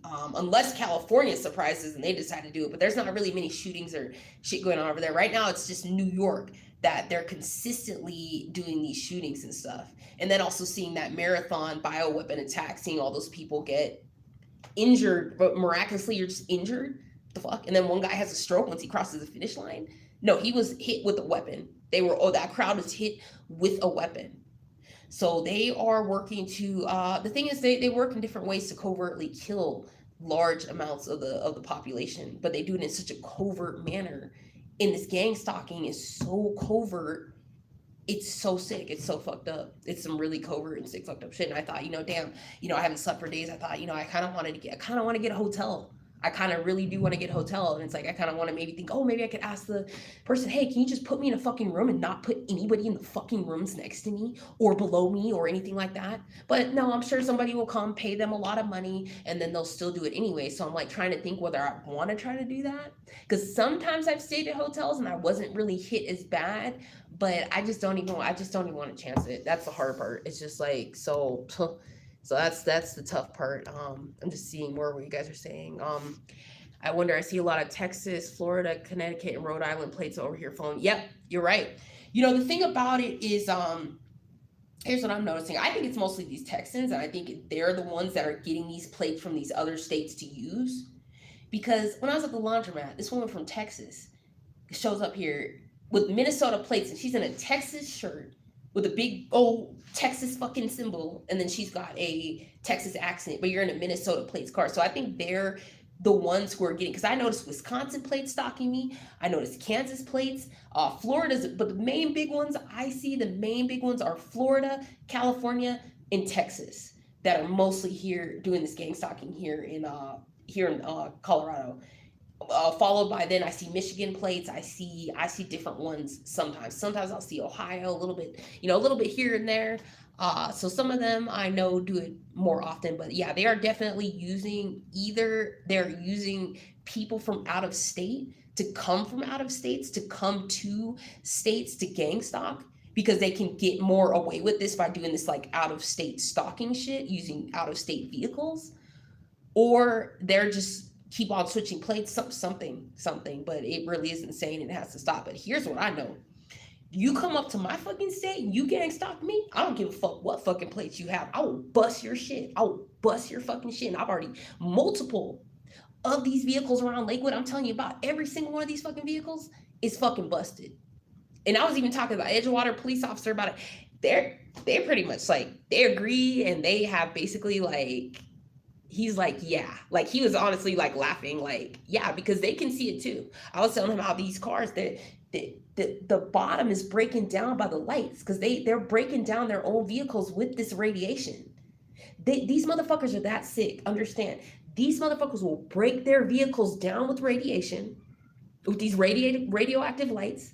They also will still gang stalk after a targeted individual has snapped and either beat the fuck out of their vehicle or them, and they'll still gang stalk. So these people are masochistic. They have a masochistic kind of thing. And I'm gonna eventually post that video. It's so masochistic. I mean, it's so sick. Like it's just like he just came here wanting his side mirror busted off again. And it's just insane. It's just, to me, it's just like, I don't, it's like they just don't learn, or I think maybe the money is good so they don't care or something, or I don't know. But it's like he just came here looking for this. Like, it's like, you already had your side mirror just busted off and taped up. What are you coming to me trying to come here? You want that shit busted off again? Because I will. And I did. So, the thing about it is, you have to understand, don't ever be afraid of these gang stalkers. They're all cowards. They are all hiding behind tinted windows. They're all hiding behind tinted windows, and you have the God-given right to handle these motherfuckers. You have the God-given right. Definitely have the God-given right. And there's times sometimes that I'm ready to snap, and then I look back at myself and I get mad at myself, because I think, damn, why did I not snap at that moment? Why did I not take care of that motherfucker, this and that? Yeah, they can get handled covertly. They can really get handled. So, but this, I don't even give a, there's a point where, honestly, the truth is, I'm pretty sure there may be a possibility that the camera even saw the altercation. But the truth is, the camera also saw him stalking me. So when you have proof, and you have evidence of these motherfuckers stalking you and repeatedly stalking you, you have a case. Basically, you have proof and evidence. So, yeah. So, Jamaican gang stalking, Jamaican boy saying, how much they pay these fools to watch? Because I go to the gym at 3 a.m, they showing up, even old woman, old man. Yeah, these are non-human entities. They work through the witches hour, I guess is something I had recently read an article, which I'm trying to post a video about later. But yeah, they're attacking me. But between, I guess, 12 to 3 a.m. is where like things get really thin in the spiritual realm, and these motherfuckers start at doing witchcraft in the middle of the night and doing witchcraft at night. And you will notice these demons cannot sleep. They can't sleep, and they don't want to sleep, or they don't sleep normally. So what they're doing is they're working to fuck with our sleep, because they want us to be restless and not have rest and stuff like that, which is what they keep on trying to do to me, and keep on messing with me, messing with my sleep and this and that. And it's just like, wow. So yeah, they're up at 3 a.m. They're up all day nonstop, because they're non-human entities. These are alien, reptilian type of demonic entities that operate and function through the night. And I'm going to tell you guys, during those stimulations, during my end time stimulations, and those like end time simulations I had been through, and the memories of my past life, what I always remembered back when I lived in my tribe, we at night, the reptilians were always active. That's when we had all the problems, were at night. So we lived in our huts, and then we would go to bed at night that's when we would start be worrying, because one boy had been taken at night. He had the brains sucked out of his head. I mean, they sucked his brain through his nose. The reptilians came in the middle of the night, and this was a young boy in my tribe. that was when I said, "Hey, it's time. We're about to fight. We're gonna fight, and we're gonna fight." And then that was when the second son then began to come, and then we all grouped up, and we all began to run through that desert and fight every single one of these reptilians. We had a war, but this war was a physical war. Physical. So the reptilians, they had spears, we had spears. Like, we had Rhodesian teak spears. We had different. This was a purely physical fight. Now here I am reincarnated again. In this fight here, I guess is going to be a electronic and technological shit that now that they're doing, because they lost the fight physically. They physically lost the fight back in this lifetime, which was, I don't know how long ago this was, but I know that this was very, very long ago. I'm gonna say like maybe a million years ago. I don't really know, but I know that my tribe, we lived peacefully, and we were harassed by these reptilians. These reptilians came. They came one day, and they had offered to make us gods. They had offered us something, and we fell for it, and we accepted it. They had said, but they had given us a condition, and somehow we accepted it. Next thing I know, we ended up listening to them somehow, and they said, pass through these caves. And we passed through these caves, and then, because first we started off, we actually were not any gender or anything, and then we passed through these caves, and then we came out, and we were all separate genders now. Like, now it was man, and then it was woman. And then we were actually looking at each other like, ooh, like, look at that snake penis, and ooh, look at those titties, and like, it was weird. So the truth is, they also don't want you to know this, that you never had any kind of, like, you're a spirit is what you are. It's not, you're not really like defined by race, you're not defined by gender, you're not like so that was where like things. And I know that once they did that specific change, that I remember things just changing. I was like, oh, it was just weird. So I know that this sounds really weird, but if you look at Credo Mutwa, he explains everything. Credo Mutwa, well, he explains everything. And I'm pretty sure that other people who are of my tribe have these memories as well of the desert that we lived in, which I don't know if it was Africa or if it was Israel. I don't know, but I just remember a desert, and there was an ocean nearby, and I remember my life being amazing. It was like beautiful. And I remember young Pharaoh being in my tribe. I remember some other faces on YouTube, some other different faces I remember that lived in my tribe. There is a possible that some of you guys that are even subscribed to my YouTube might have been in my tribe as well, possibly. But then there were a lot of people in my tribe who sold their soul and became reptilians once this Armageddon began. And when this Armageddon began, that is where the people who ended up selling their soul, basically what happened was they morphed into reptilians. So we had to fight them as well. So we're going to be fighting, basically, like, billions of people are going to be coming at true targeted individuals, at the True God's Chosen, and we had to fight it all. And my uncle in the tribe, my uncle had gotten involved with a woman, and it's interesting because there's this guy on YouTube, Infinite Waters. He's from my tribe. He lived in my tribe, and he also was in my abduction stimulations as well.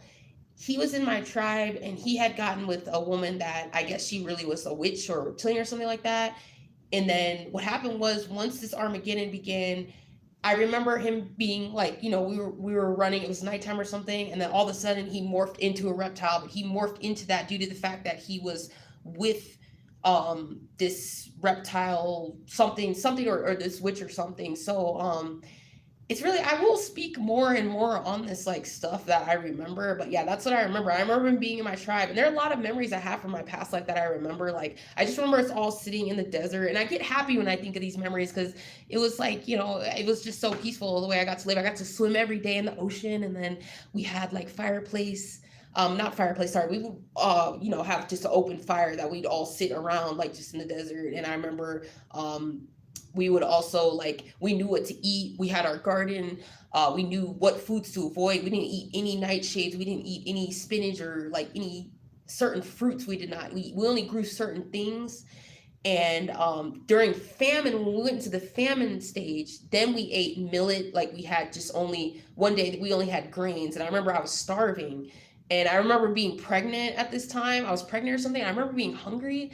And my dad had to like prep this like millet or something, like soak it or something. And we had to wait though. We were hungry though, but we had to wait because we did not want to eat it because the saponins that are in the millet, there's something called saponins, the soaps that are naturally on the plant.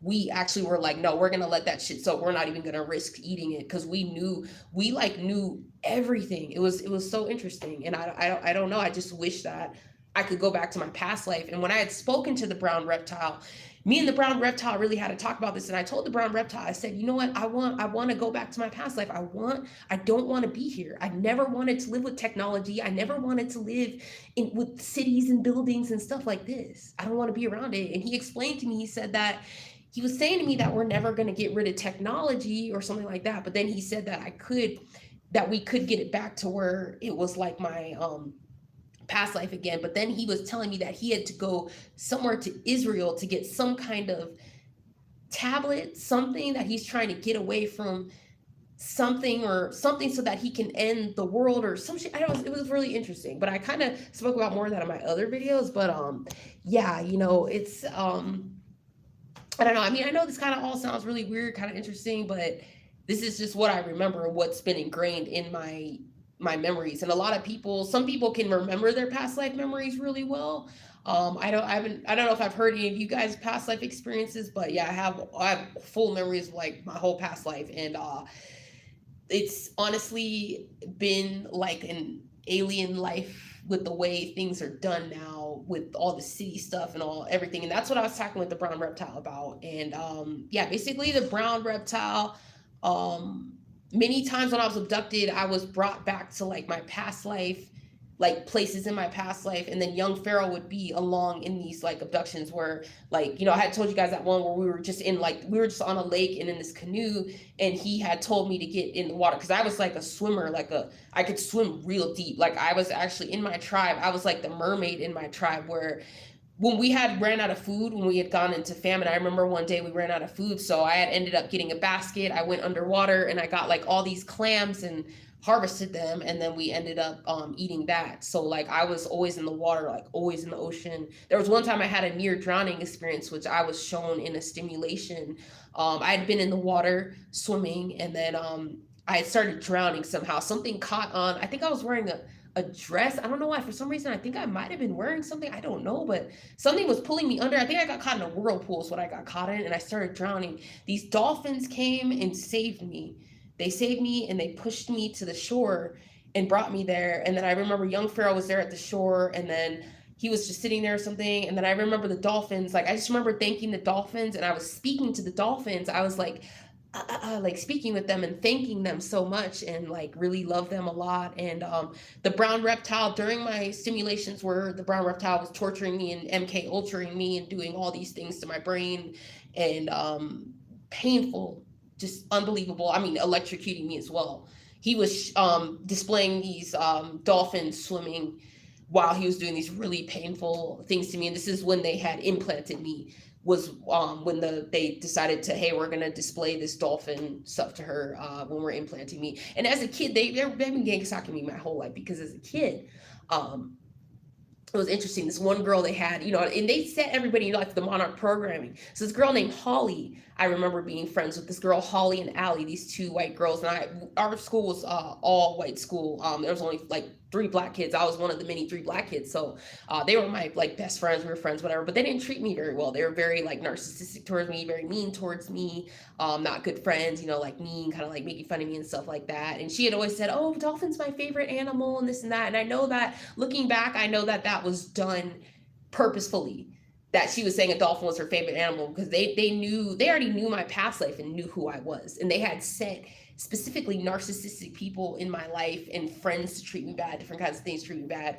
And yeah, now I realize, because what they like to do is they like to kind of give away these little slight things to let you know who you are and stuff like that, or whatever. So yeah, so that was the experience with that. And yeah, and oh hey, Autumn Bubblegum, what's up? Yeah. Oh yeah, thanks. Yeah, I'm trying to stay strong. Yeah, I'm doing a lot better than the last live stream, because basically the live stream that I had, well, that one day when I was really going off was when I was in so much pain, and oh my god, that day was so hard, and I ended up going to work and pushed myself through work that day. Thank goodness. Like I made it. But oh my god, I was in so much pain at work. And then thankfully I found this other ER, and I just decided, oh fuck, I'm gonna have to use a different name, because it's like I don't know if they red flagged my thing for some reason. I have no idea, or what they did, but yeah, they ended up they helped me, so that was good, because it was really bad. And it's just, the hard thing is being a target individual. What they're doing is they want to torture me so bad, so when I have a health emergency, they'll just let me sit there in physical pain, like severe pain. This never was done during Obama. Never.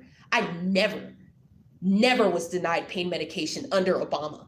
But once Trump got into office, and under this fucking Biden piece of garbage, they're denying me pain medication for emergencies, which you cannot do. You can't do that to somebody. It's torture. And I will be suing the medical system. The medical system is included in my lawsuit, as well as Lockheed Martin, as well as Texas, as well as all these other things that are causing me Havana syndrome. All this is all going to be, they're all going to be getting sued.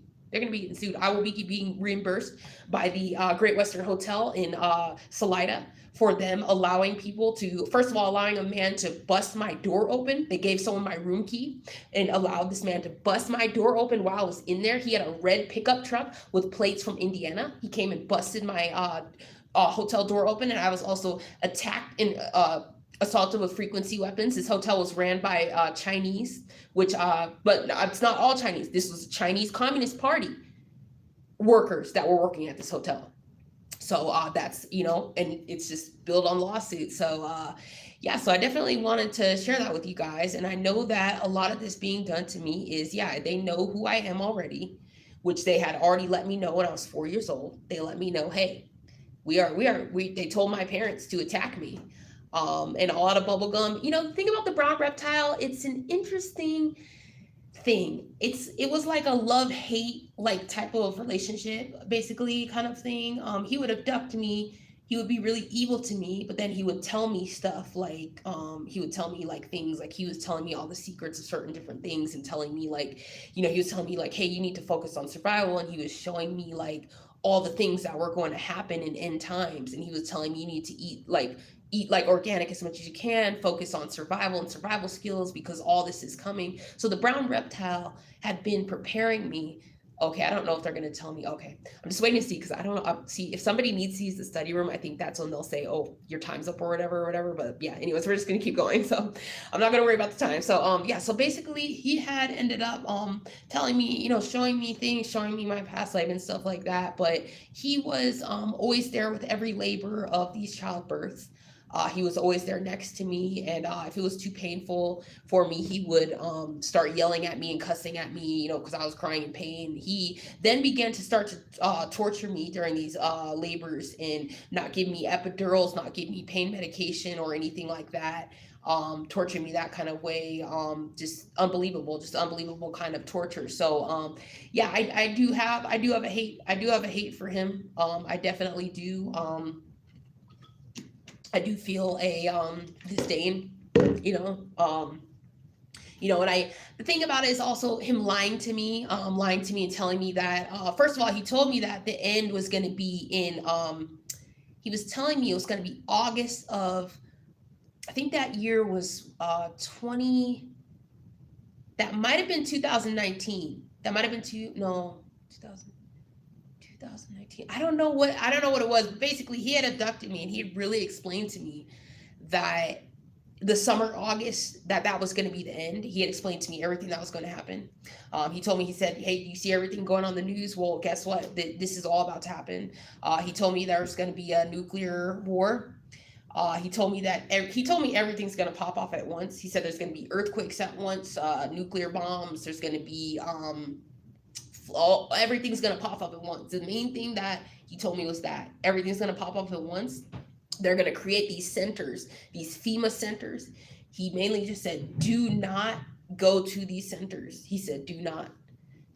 And I know, like, during the stimulation trainings, though, that he was putting the envisioning, which it's called envisioning, that they do, where they they hook something to your brain, and you are to see, it's like a virtual reality, to where you can actually even kind of feel what's going on, but it's like, it's really intense, and it is it's like a envisioning simulation. So what they'll do is they'll put you on a table, they will hook something to your head, and they will begin you begin to be in it's like you're in a different world. You're not anywhere else other than in this stimulation. It's like a virtual reality cap. So they put this on my head multiple times, and this is where I had gone through those stimulations, where it was like these survival stimulations. And I think I spoke to you guys about the one. There was one specific one where everything started breaking down in California. There were earthquakes, so there were these earthquakes, and there were these big cracks in the road. And I was to use a young Pharaoh was in the seat next to me, and I was to use psychic energy to find my way out of this.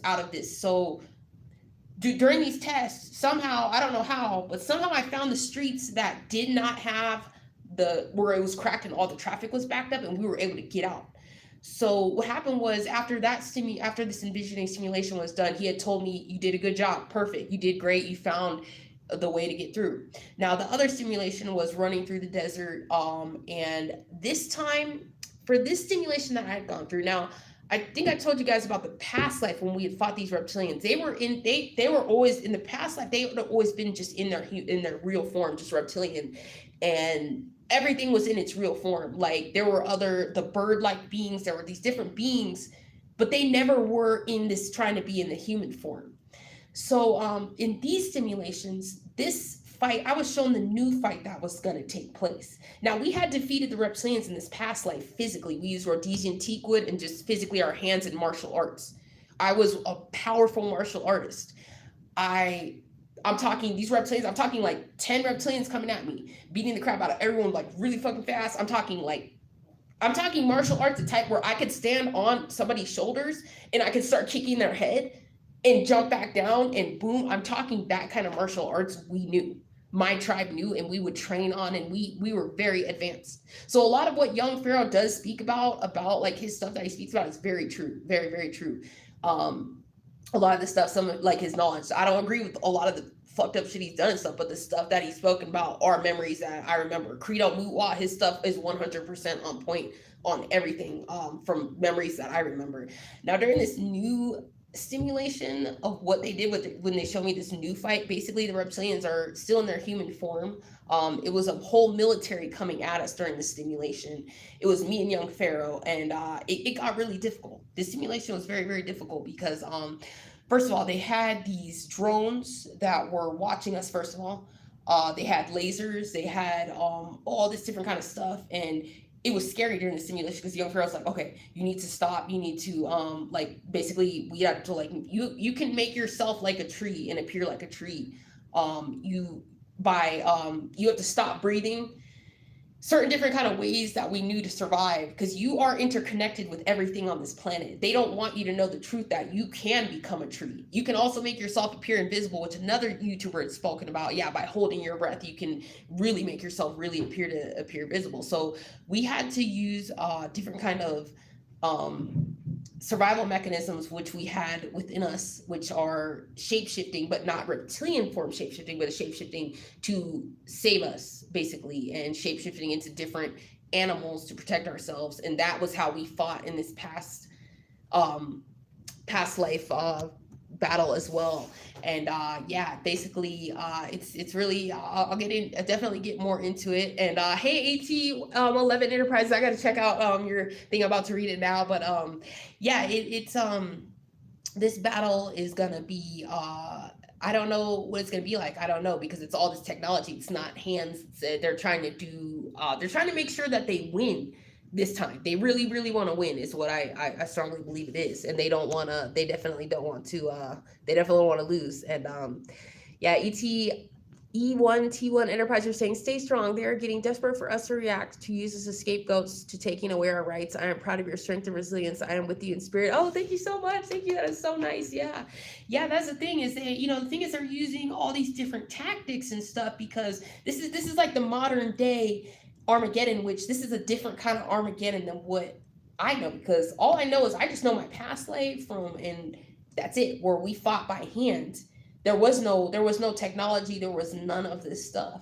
So it's really, really it's really interesting, really, really interesting. And I know that hold on, let me see what you guys are saying. Let's see. Oh, all the bubble gum you're oh, you saying I'm a tough cookie? Oh, thank you. Thank you so much. Yeah, it was yeah, the torture that I had been through on the ship, the kind of um weapons used on me, because I had also been hit. They also had a type of gun, like a laser type of gun they'd hit me with, some of the bad entities on the ship. But yeah, I stayed as strong as I can. Like I try to stay as strong as I can.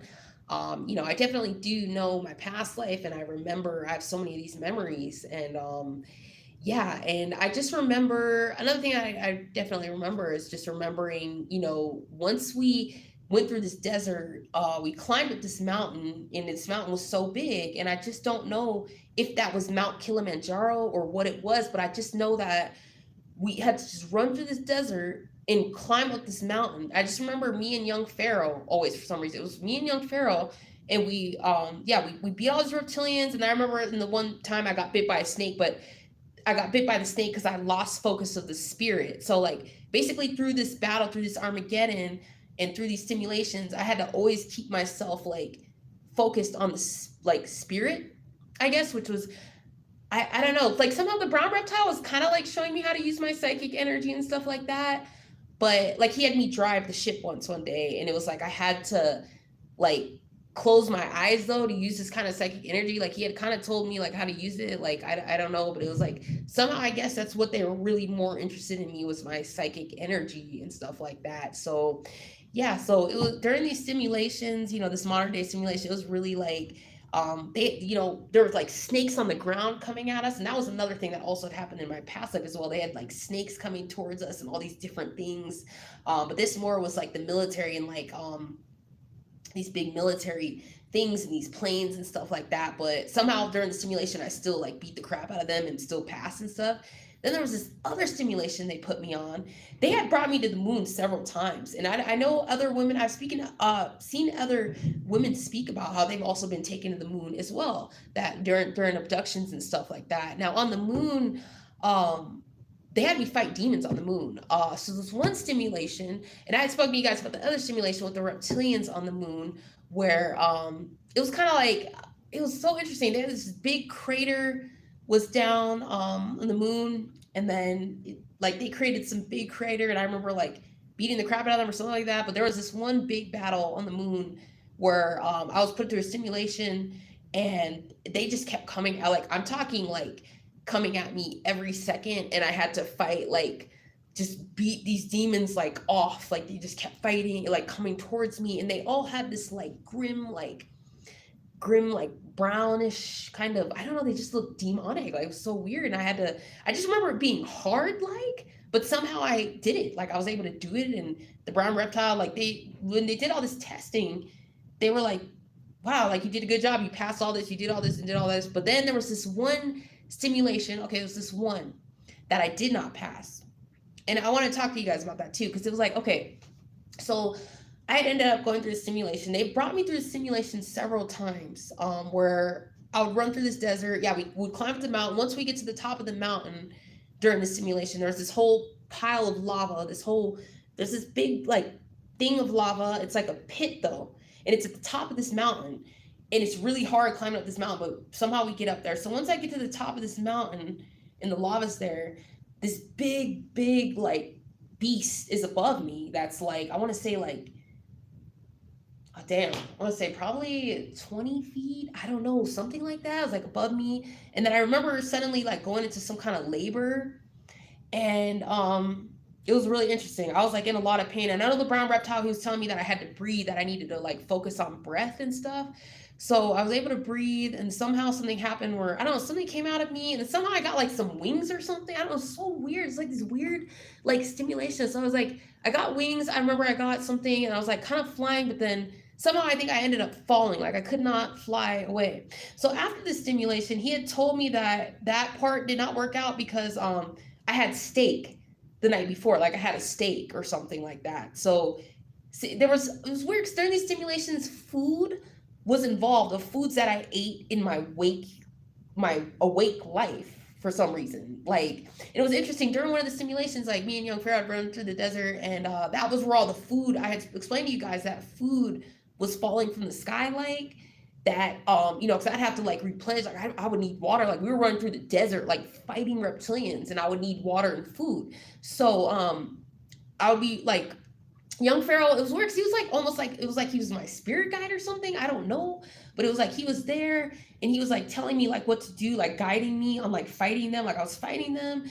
And then he basically had at the end of the simulation, he had told me certain some things were happening where okay, like a whole pig fell down.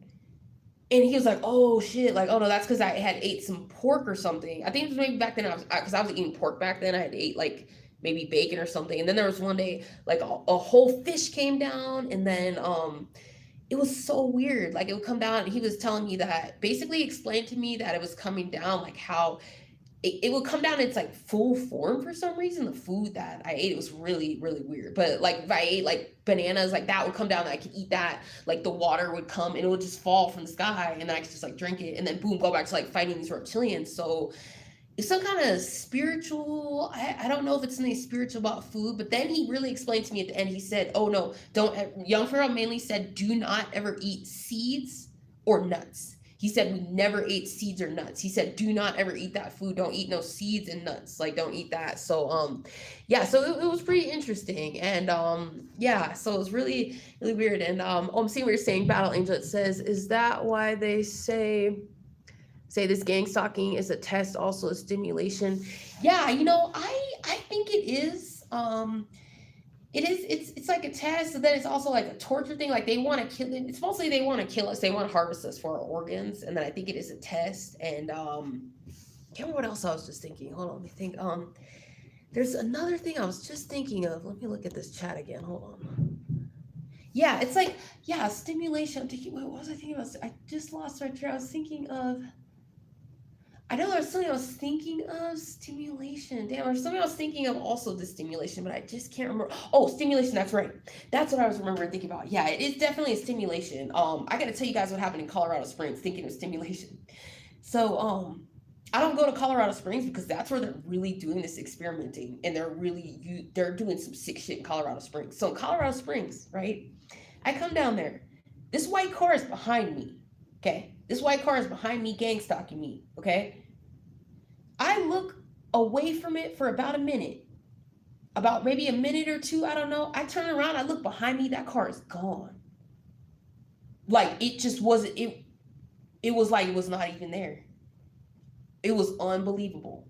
So some of these entities may be able to come into the ethers and or something like that. I don't know what shit I saw there in Colorado Springs, but I don't fuck with no Colorado Springs because the shit they're doing in Colorado Springs is even worse than what they're doing in Denver with the kind of experimenting and the kind of psychological kind of mind whatever shit they're doing. After I saw that in Colorado Springs, I was like, I'm done. I'm done. Like it's crazy. And I gotta go to Boulder one day, so we're gonna see what Boulder's like. I've never been to Boulder. I'm kind of can't wait to see. I can't wait to see. I want to see what I can't wait to see what the gang stalking is like there. But it's like we'll see. Yeah. And oh, Battle Angel, if I snap, do I fail? Cause I do have anger issue. Yeah. Yeah. If you snap, actually you do not fail. I'm gonna be fully honest with you. I'm gonna be fully 100% honest with you. If you snap or if you kill one of these demons or like beat the crap out of them, that's actually what you are supposed to do. You do not fail the test. You actually pass the test if you do that. The issue is that this reptilian system, the fact that they will put you into prison just for just simply for hold on, check my battery real quick. Oh, I'm 100 perfect. They will put you in prison just for going by the simply by universal law, which is what we are supposed to go by. So no, if you beat the crap out of them or fucking kill them, that's passing the fucking test. That's why honestly I want to take out thousands of these motherfuckers at once. I will take out as many of these motherfuckers at once as I can. Okay, that is where I know I will have passed the test. That's where I know. Because the truth is, what they want you to do is they want you to not use your power. They want you to sit here Hold on. Oh, sorry. I think my thing like disconnected. Sorry. Hold on. I'm back. Okay, I'm back. I don't know how to. Yeah. Um. Oh, it says Boulder always reminds me of John Bonet. Her family MK Ultra her and they messed her up. Oh, I remember the John Bonet story. Oh yeah, I was watching that. I was messed up. Yeah, yeah. Boulder. I'm a little suspicious of Boulder. I know there's demons down there in Boulder, and I know there's a lot of Californians down there. So I'm suspicious of Boulder. We're gonna see what Boulder's like. That's gonna be interesting. And then, well, I also want to see the fire damage. I want to see what these Californians did over in Boulder. So I'm curious to see Boulder. I'm very curious. But yeah, if you snap, that's actually what God actually wants you to do. God actually wants you to fight. He wants you to fight back and stuff like that. But the only thing is, it's just tricky because they will either they'll try to take your freedom, and that's where the Bible, where it goes into the Revelations, where it says how they lock us up.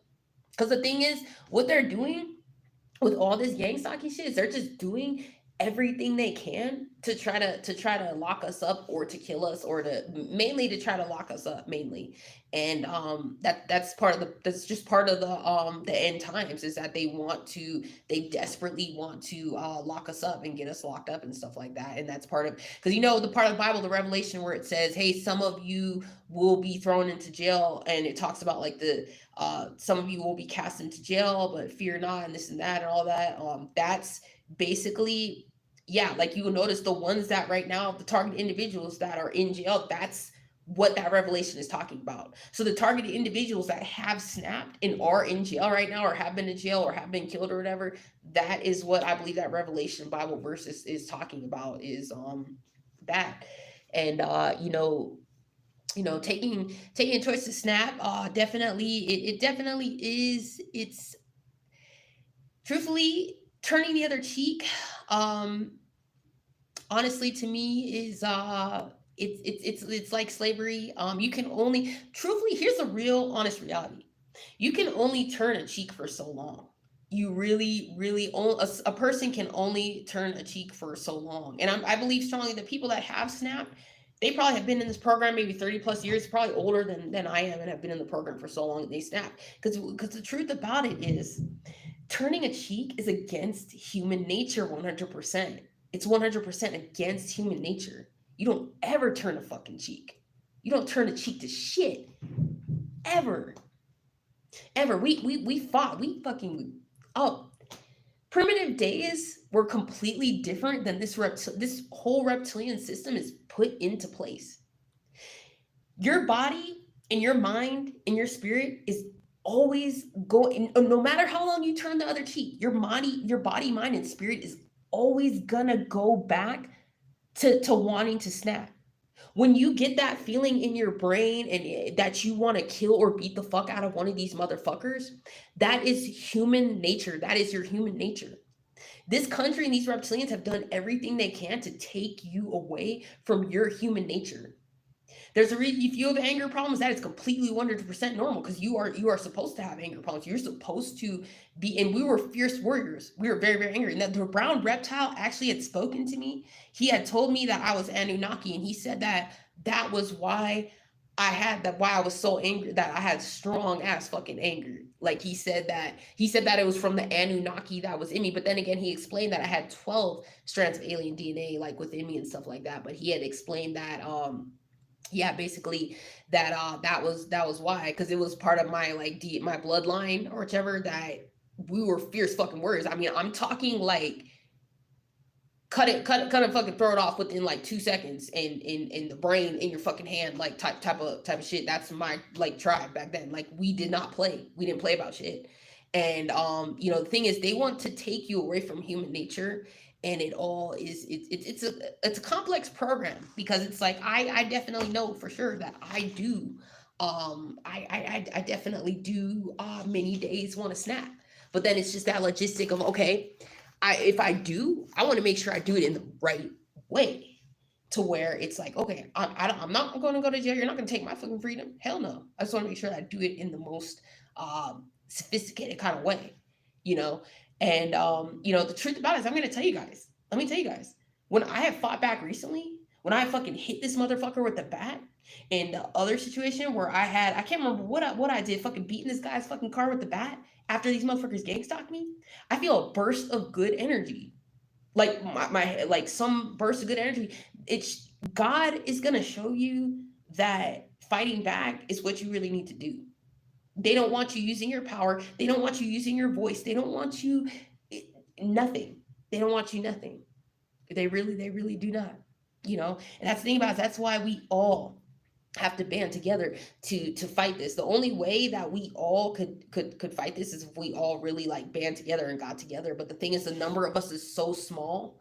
Plus, we're scattered. We're scattered around the United States as well. So we're all different states, you know. And that's the hard part. But I do hope that we all can get together. But the thing is, if we all, because sometimes you may get a psychic message that may guide you and tell you to go to a certain place or something like that.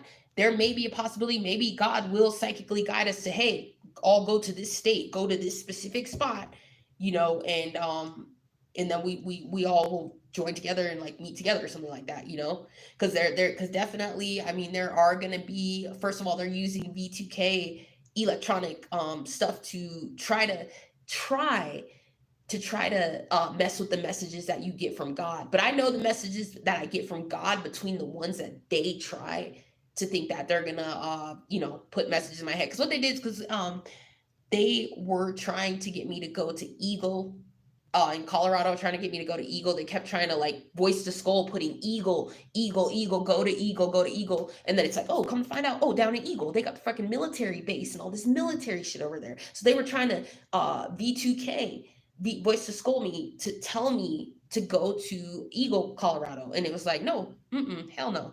Once I found that shit out, oh no, you got the military down there? No, you, and then the guy in the car, the pickup truck, the silver pickup truck with the woman was telling me, oh, you should go to Eagle, go to Eagle. And every time I go to, I was like, oh, okay, no, they're doing whatever. So, yeah, so I definitely am gonna have to get ready to close out this, live stream because I know I've been in here too long and this shit's been going 2 hours. So, yeah, but I definitely wanted to do one with you guys, for sure.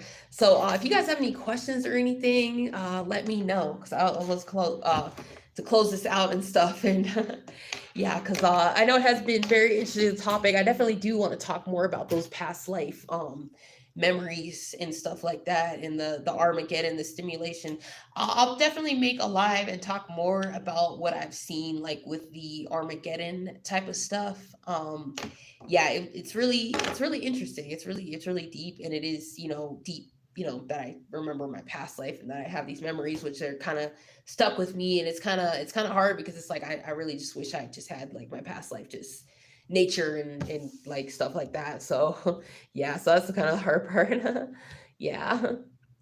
Okay, I'm gonna see what you guys all said. Okay, let's see here. Um, all out of bubblegum, most in jail, prisoner innocent. Yeah. Yeah. See, turning the cheek will get you walked all over and used. Yep, exactly. That is so true. That is definitely true. And it doesn't feel good either. It's just not good. Yep, exactly. And let's see, Nick Indigo, you're now saying facts. Most people in jail usually have souls and are targeted individuals. Yep. I agree. I think that there are a lot of people innocently locked up. Yep, exactly. And let's see, Gangstalking Jamaican Boy, you're saying this is like the mark of the beast. You can't have a job or buy food. What they're doing, I think, is starting the one world order with this, and it's become more people put on this. Yep, exactly. Like I think like what they're doing is they're using these energy weapons on me. Like anywhere I go to buy food, anywhere I go to try to torture and harm me. Like I think, you know, maybe, oh, maybe because she's unvaccinated, or who knows. I don't know what they're doing, but they are sick. They are really like it's all like mark of the beast stuff. Yeah. Yeah. And the thing about, and going back to that story of Agafia, like she wouldn't buy any food with barcode. Like the barcodes are also mark of the beast. And I'm actually about to get rid of like these cards, like this shit. Let me show you. I just thought about this last night. And see this like this chip thing here? Like this, I realized like this probably could be possibly attacking me as well. This could be actually tracking us all. Simply these chips that are on these credit cards, like not first of all, they do track you by everywhere you buy the stuff, they can find it, but the chip that's in this card, I don't trust. And I'm actually getting rid of Chase Bank. Let me tell you about Chase Bank. So Chase Bank, every fucking time I call, that Asian woman answers the phone, the Filipino woman or whatever, but she has like a Filipino accent, she answers every single time. I'm not I'm not even using this bank anymore. I'm actually about to close my account. I'm not that this bank is anti-American. They donated money to Ukraine. They are anti-American. Chase is 100% anti-American. I've called the several years. I've called it. My phone calls transferred to Africa. It's transferred to India. I'm done, man. And I'm about to get this shit and get this shit the fuck out of here.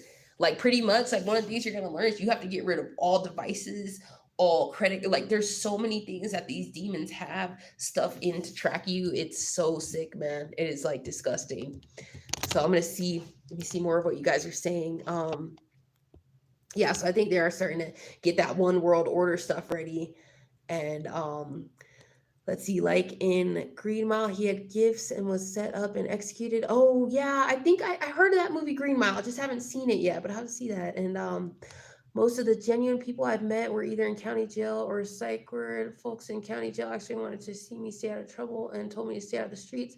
Psych ward were mostly star seeds, people like us. Yeah, that's interesting. That's so interesting. You can go, yeah. I know I had been locked up in a psych ward just a few times due to my mother. My mother put me in one just at 16 years old, just for me drinking because all her abuse. I ended up going and sneaking some alcohol and drinking alcohol. So she throws me in a mental hospital, or my grandmother, for drinking alcohol at 16. And basically, yeah, I'm put in there, and it was like, oh my god. But I mean, I think there were some genuine in the hospital. Yeah, I did notice. I did meet some genuine people. I met a couple friends and stuff, and I think some of them we ended up talking on MySpace later. But yeah, there were some genuine people in there. So yeah, it's definitely people being targeted, and it's all races of targeted that people are targeting. And hey, BY, hey, what's up? Yeah, I haven't seen you in a while. What's up? Yeah, I have to check out all your videos, more of your videos, and more of all you guys' videos. I just like basically every time I go to a library, they hit me so hard with weapons and just harass me nonstop. It's so insane, man. It's just crazy. um Said I got set up when I was 19 because my grandmother was jealous of me and my spiritual gifts, abilities. Um and then all about we were saying, if you're staying in this mess, that is crazy. Yeah, it's a crazy battle. It's like, oh my god, and that's crazy, Nick Indigo. That is so insane. Yeah, I think I do see a lot of families that do this that are jealous of they seem to be jealous of the child. Like if the mother's jealous of the child, the mother will try to label the child mentally ill. I've seen them do this with their sons as well. They'll try to say, "Oh, my son's mentally ill," or this or that, or they'll say like the child has this, or say that, or they say the child has a certain disability, or do certain kinds of things to do this. So yeah, so a lot of families are involved in this shit. Like, and the thing is, I think that the truth is that a lot of us, that's going back to the thing where a lot of us said they already knew who you were coming. If you're a star seed, they already knew who you were before you were coming, before you were going to come out of the ethers. Like they knew. And I think 1990 was a year that a lot of star seeds, I had seen one other channel, he had said a lot of star seeds in 1990 came out on specifically the year 1990. And what they'll do is they already know that you're coming out the ether, so they work to track you. But the interesting thing about it is, before I came down here, I had been shown. I had three options of the parents that I could choose, and I ended up choosing my parents. I had been shown multiple things on a screen in this white room before I was taken down here. I was shown, they speak to you, but they speak to you and you could hear it, and it's just like a voice. And he had told me, he said, you know what, Kaya, I'm gonna send you down again because you need to go down. And I remember I was woken up out of my sleep, and I'd said, um I don't want to go back down. No, hell no. Like I said, no. I was fighting, I was arguing, and then the thing is, the voice had told me it was God. So the only thing though is, I don't know if this was this lab they're using in Nevada that they're doing this through, because I know it's mostly coming out of Nevada is a number one, another one, along with Texas, that this a lot of this shit is being headquartered, these experimentations and these whatever the fuck they're doing. So I think that yeah, basically they knew who I was. Like they know who you are, and they have stuff set up where it's just really sick. I don't know what it is, how they do it, but yeah, this voice was telling me, "Hey, I'm sending you back down again." I was like, "No, I don't want to go," but he's telling me that something was going on with the world, so I had to come back down again. I was like, I didn't want to, because I had already lived. I've already lived 2 past lives, as well as I lived a life as a it wasn't a bird, it was an insect or something like that. So I've already done this. And after my last past life, I didn't want to even do any anymore. I was like, I'm done or something. And then I was set down anyways. But first, I was shown on the screen. Yeah, my parents. I was to pick my parents out. And yeah, I remember seeing on the screen the 3 choices. First they showed me, but they showed me the vision. It's funny because when they showed me the families, like I was seeing what they were doing in their house as they showed. So they showed me the first black couple. I can't remember what they were doing in their house, but they were like in their house, and they showed me the second one. Then they showed me the third one, and then I picked my parents. I picked the middle one. They were just whatever. And then it was next thing I know, I can't remember what else they had told me, but then it was like, okay, boom, then I'm down here on Earth and back again or something. And it was like, it was really, really interesting, but there's a lot of stuff out here. It's interesting. Yeah. Um, a lot of bubblegum, you're saying my family is cut off 100% because there's no reasoning with them. They will never change. Yeah, that's my exact situation. They won't change, and I cannot, I just can't do it anymore. And they just didn't know how to like receive or whatever love, and there was some instability. And the problem is that I tried to help them as much as I could, but they didn't want to help themselves. They didn't want to see that anything was wrong with them. And the problem is, like, there's nothing wrong with saying, oh, hey, I got this going on, or hey, I dealt with this PTSD. Hey, I have this hoarding issue due to the fact that, oh, hey, like this happened to me in my childhood. They didn't want to try to like fix it or try to like work with me or anything like that. So I just had to, I just couldn't, I just can't do it anymore. It's just like, and I would still keep a relationship with my mom. I would still talk to my mom and stuff like that. But when you use an energy weapon on somebody after several multiple times, and then to kind of like play like stupid, like I don't know what you're doing, I just can't do it anymore. I just, and the thing is, I don't understand. I never understood my whole life why my mom physically hurt me and wanted to hurt me and stuff like this. But I do know it's all from this program. They told her, they said, this is who killed us and killed our bloodline, and you are to do this to her, do this, all this evil. I was tortured. It was the end. I remember being just such a happy kid until that day, until this abduction, that they decided to to put this hit on me. My hit was put on me at 4 years old. 4 years old. So, and they stuck shit in my nose. The Grays were over there in Nevada. They were sticking shit in my nose in this white room, torturing me while they were yelling and screaming at my parents about, she did this, she killed all of us in this past life.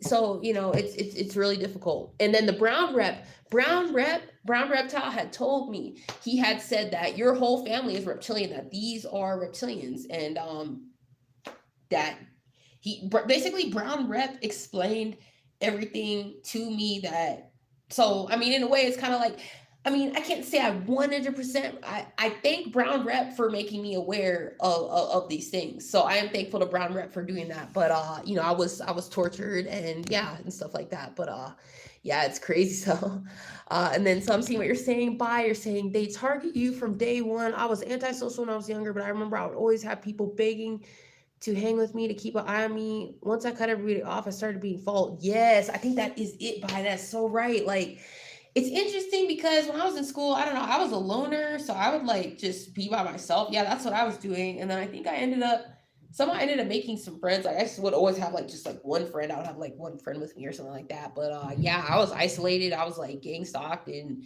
I was antisocial. I didn't want to talk to anybody. I was just like shy and just not. I was being abused at home, so I was like really shy and just really like, just, oh my God, it was just terrible. So it's like, yeah, so I think they definitely do that. And like with me, like they just keep sending people to just like peek in my windows of my car and just keep stalking me. And it's so crazy. Yeah, so they do have people keep an eye on you, and it's sick. Yeah. And then all the bubblegum are saying they stuck stagnant with low IQ, real mental illness, and cannot spiritually grow. Yep, that is exactly true. I think that's it. And I think it's it. And I think it definitely is. Yeah, it definitely is a spiritual aspect to it. And I just realized more and more like how spiritual that this is, that it's a lot of witchcraft being used. It's a lot of witchcraft that they're doing on a lot of us. Hold on one more. I'm gonna plug this back in just because. Okay. Yeah, it's just a lot of witchcraft that's being used on a lot of us. And the thing is, they kind of like to hide these things. They don't want you to know about, witchcraft. They don't want you to know that there's aliens out here. They don't want you to know the truth. So like basically they just keep trying to like unveil the truth. And it's like, yeah, they just keep hiding it, but the veil just keeps getting thinner and thinner, and it gets thinner and thinner, and they just can't conceal it. And it's like, it's crazy. Yeah. And oh, hey, Bootlace, and hey, Mohammed. Yeah, you said they also get. I don't know what that is. To get, or oh yeah, sorry, I don't know what that says, but yeah. All right, well, I'm gonna get ready to go ahead and close this out. I better go ahead and try to like make some dinner. I just hope to get some sleep tonight, but they keep on targeting me. Look at, hold on a minute. This guy is still here, bouncing his head like up and down. He has headphones on, but I don't really think that that's it. I don't know what that is. Something's crazy. So this guy's like just bouncing his head up and down. It's like, okay. I know that they use different things. Like they like to set up in different parts of the library so that they can like listen to things. He probably has his headphone on, probably listening to me because they have their different type of software and stuff like that. It's crazy. It's insane. So yeah, so anyways, guys, oh my god, I have a headache, just constantly having headaches. So I'm gonna get ready to close this out. I'm gonna have to figure out what I'm gonna do here because I want to go get some blood pressure medication, like try to see if I can get blood pressure medication, go to a doctor, but I know that they're just gonna gang stalk me. They just gang stalk and harass me. Oh, I'm just at a library. Yeah, I'm just at a library. I'm just in Edgewater again. Because they stalk me everywhere I go in Denver, everywhere I go, and it's really sickening. And I know that what they do is they stalk me. They find out where I am. And when they find out where you are, they do something to make a frequency in the area or a room or whatever to cause me to not feel good and cause me a headache and stuff like that. And it's like, it's so sick. It's just like so disgusting. And yeah. See, when I tell my mother I've been followed since childhood, she laughs. Yeah, that's like my mother too. And it's just kind of like, that's the one thing about my mother. It's kind of like my mother's never had my back, and after like somebody shot gunshots at me, and for my mother to like me to call her, and then it's like, oh, like she didn't even like cry or anything. I mean, honestly, I'm gonna say like my dad actually had emotion for me. The one time I told him that I was actually having a day, I felt suicidal, and my dad had actually started crying for me. Like that actually showed me my dad actually loves me more than my mom does. My mom never loved me, never cared about me. My mom has always wanted me to die, and she wants me dead. You all attempted to murder me in your own house with these energy weapons taped up on the fucking ceiling. This I show up. She's got this central thing showed on the ceiling, and then it's trying to like talk to me and trying to distract me from it, like I can't see it. And I started beginning to be assaulted with these weapons nonstop, these frequencies. And the truth is, it's way worse. If you are in an apartment or a house, it's 100% worse. Like me, I'm homeless, so I live in my car. So I'm able to kind of move around and like get away from these frequencies so I can at least get some sleep. But if I'm to stay in a hotel or stay in an apartment, they will hit me with these weapons to make sure I get zero sleep at all. Zero sleep. I'm talking zero sleep. So if you are in an apartment or a house, know that yes, you are being hit with very, very hard weapons. And that is one of the big reasons why I live in my car and why I move often. Like I, move every night where I park, or I will move different areas. But right now I'm in Denver. I'm going to be in Denver for a while because I'm working. So, I definitely, for sure, work and stuff. So I'm going to be, in Denver. So Denver, I'll be, just traveling around Denver, getting into the mountains a little harder because it's a little further, but at least, Denver, the mountains are only like 30 minutes away. So it's not too bad. So it's not, that's the good thing is, hey, at least there's, Idaho Springs just nice. So that's cool. But, yeah, saying her favorite line was, if she dies, she want me to cremate her and sell her organs. Oh my god, that is so interesting. You know what's crazy? My mother is an organ donor. She has that on her ID, like she signed up to be an organ donor. And kind of think, oh wow, it's interesting to me because it's like, okay, like it's weird. Like, I don't know. She was telling me, "Oh, I'm an organ donor." She like made it sound so good, like that she was an organ donor. She was like, "Oh yeah, like I'm an organ donor. So if I die, like," and you know what's interesting? Okay, let me tell you guys this before I go, because I know that they're not like telling me to like get out of the room or anything. So I know I'm like went past my 2 hours, but they're kind of walking around. So I'm just like, but I think because nobody's here, so they don't care or whatever. But anyways, my grandmother. I'm gonna tell you guys about my grandmother. My grandmother Janaki. So uh yeah. So as I told you guys, she's a hoarder, right? So she ended up getting a kidney transplant. And I want to talk about this is actually a spiritual thing as well. So she gets a kidney transplant and she's about 70 years old. And she gets a kid's kidney. Okay.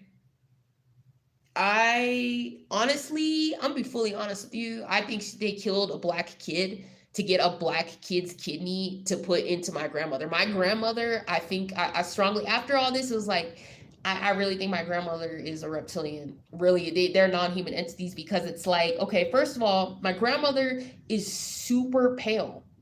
I'm talking like her skin is, first of all, like the color of this just about. And honestly, there's just something that just isn't, there's just something that's never added up to me about my mother and my grandmother. And I had realized, wow, they actually were involved in many of my abductions. And they were involved in taking me when I was in labor to these aliens. Okay. And so my grandmother ended up getting kidney damage because my grandmother is really highly against opioid pain medication, so or weed, any medical marijuana or anything like that. So she has a lot of back pain, arthritis, all this pain. So she has taken heavy duty amounts of Advil for multiple years, like 20 plus years, plus like caffeine and just Advil nonstop. So she's had so many NSAIDs that these NSAIDs destroyed her kidney, completely destroyed it. So she ended up like in ER getting really sick. She had to get they found out, oh hey, your kidney's done. She only has one kidney because she had donated one kidney to her sister, so she already only had one kidney, and then it all got fucked up with Advil. She's against any kind of taking any kind of opioid medications because her family had drug issues, like drug problems. Because I told you she grew up with such a hard childhood. Like her mom was on drugs and they were abused, and so she was very against she's very against just any drug, like any weed, any pain. So her kidney is damaged. So she ended up getting a transplant. So she was on the waiting list. So apparently, I guess if you're on an organ donor list, if you're an organ donor, that makes it to where you can instantly, I guess, get a kidney easier. Like you're higher up on the list for if you need a transplant. That's how my mom and my grandmother explained it. I mean, my mom explained it to me because I was only talking to my mom at this point. I haven't heard from my grandma or talked to her anymore. But yeah, basically, she explained all this to me. So I was like, okay, she's getting a kidney transplant. Now they're telling me, oh, okay, so she's getting this transplant and it's a kid's kidney from a kid that supposedly died. Yeah, my family is fucking reptilian. Quote unquote family is fucking reptilian, and they're fucking involved in some sick ass fucking shit. That's when it was right there. I was like, oh hell no, there's something going on here, because that is what these reptilians do. Is they take organs from my race and from not just my race, but mostly my race, because all 12 strands of DNA are within my bloodline. And they know, so there's something that they want with our organs specifically. So she got this kid's kidney. And it's like, okay, something here is just a red flag to me. You know, it's just a red flag. So I'm going to see what you guys are saying. Hold on, let me see. She said she should have tried weed, CBD, but that is wild. Yep, yeah, she tried CBD, she tried that, but she would never try weed or anything. She's like, oh, I just don't want to smoke weed or anything or take any pain medication or anything, because it's like, yeah, Tylenol, and now she's taking Tylenol, which I think maybe like that's fucking her liver up really bad now. So she's taking Tylenol, like she's taking the Advil because she can't take Advil anymore. But yeah, basically she got this kidney, but the only thing though is that everything has to be kept super, super, super clean. So she's had some complications due to like the hoarding and like hygiene type of issues. So she's kind of had some like complications like with the kidney and stuff like that due to like she doesn't clean up. She's still eating the foods that she's not supposed to eat. Eating like fried food, crab, and like stuff like that going on. It's kind of like, to me, what I don't get is how in the hell are you 70 years old, and then how do you suddenly get a kid's kidney on the kidney donor waiting list within about a month, 3 months or so? Tell me what you guys think. I would really like to know what you guys think, because honestly, that right there let me know. Because the thing about my grandmother's a malignant narcissist. She doesn't want anybody knowing her age, first of all. She doesn't want anyone knowing her age. If you dare ask her age, she will start yelling and getting offended or something like that. And it's like, what? Like, people who are like that know they're a narcissist. She also would refuse to use a cane. She could not walk or anything like that, limping and stuff like that, but she didn't want to use a cane because she doesn't want to appear old. She would need a diaper. She doesn't want to use a diaper because she doesn't want to appear old. Narcissists don't want to appear old. That is like one thing. They want to be forever young, as well as these reptilians. So one of the things that's interesting is you can look online and there's some information about, look at this fucking, wow, this guy just came up to the window just looking in here at me. Wow, there's some information online about the narcissism and the reptilian brain. So a lot of these reptilian entities are reptilian and narcissism is actually intertwined, and it is so intertwined, and it's so interesting because I had research. I did like a whole like year of research on narcissism and stuff, and yeah, I spoke about narcissism and the reptilian brain a lot, and yeah, basically they don't want to be seen as ever seen as old. They never, and they will get so offended. They will get so offended. um you're saying it's weird because she's elderly. Surely there wasn't anyone younger who could have got the kidney. She lived her life. Know what I mean? Exactly. All out of bubblegum. That is exactly what I was saying. And my mother was even agreeing with it too. Like, okay, first of all, she's 70 years old, and you're getting you get a kid's kidney, but there's people out that are already been waiting for kidneys, waiting for these organs that are half her age. So I definitely know that this was some black market shit, because my family are criminals that are involved in crime and involved in gang stalking me. I'm sure they got a kid, a black kid's organ. I'm pretty sure that's what my grandmother got. So my grandmother could get this organ and put this in her body and stay forever alive. Forever alive. And it's like, you're 70 years old. And my mother was even saying, you're 70 fucking years old. Like, just take the opioid pain medication. Like, why keep killing your kidney with Advil? Just take the fucking pain medication. If you get addicted to, because my grandma was worried about getting addicted to her for some reason, because her family, I guess, was addicts. So my mother's like, just fucking take it. Like, you're fucking 70 years old. You're gonna die in a few fucking years. Like, come on, man. So my grandmother has the biggest mental illness, but she has been able to become a therapist. And you have to understand that a lot of these people that are in these positions of power are all doing this gang stalking shit because they feel this sense of power. They always want to feel that they're right. They want to gang stalk and feel that they have some sense of power. So yeah, she really chose to ruin her organ with the Advil, and also like eating like really high salt fried foods and stuff. And yeah, and the thing about narcissism is I had to learn about all of it. And yeah, my family definitely has narcissism, as well as these gang stalkers. Like the military, for instance, is a perfect example. Like it's funny because this Sean guy, like Sean Daddy guy, keeps like coming and commenting to me, and telling me, "Oh, I'm a proud veteran. I'm this and that, and I have to," like telling me, like, it's like he's like making fun of me at the same time. But the thing about it is, you have to understand that all you military, I'm just gonna say it like this: to all you military that are fucking gang stalking me, you are the weakest pieces of shit. You really think you have some power? You really do. To me, it's so funny how they wear this badge. They wear like this, oh, I'm a veteran. I was in the army. I was this. Like, you're very proud of yourself for being a good fucking slave that obeys. That's all you are. Go ahead, keep your badge on. That badge, all that badge shows me, your Marine badge and your like all that Army badge, all that shows me that you're a veteran. It shows me that you are a good slave. If you are a veteran that actually like went your full way through, and you're a veteran, and you're this top ranked veteran, all that shows is that you're a veteran to being a good fucking slave and obeying. You don't even have your own mind. None of you have your own mind. That's why you all have this hive mind. You do this hive mind gang stalking shit, and you think that you have some sort of an authority of power. The thing is, these people, it's about power, and they want to feel, once they leave the military and once they leave whatever, they want to feel and think that they have the right to have power over other people's lives, and that they have power in this country, or power over something, is what they think. So they think that as by being a good fucking slave and obeying and waking up at 5 o'clock in the morning every fucking day to get yelled at and all this kind of shit, that makes them so special. It really doesn't. It really doesn't. You're not using your own fucking abilities, bitch. Y'all in the fucking military, y'all can't fucking come out here to fucking -20 and sit out here in a tent and fucking really, you ain't doing shit.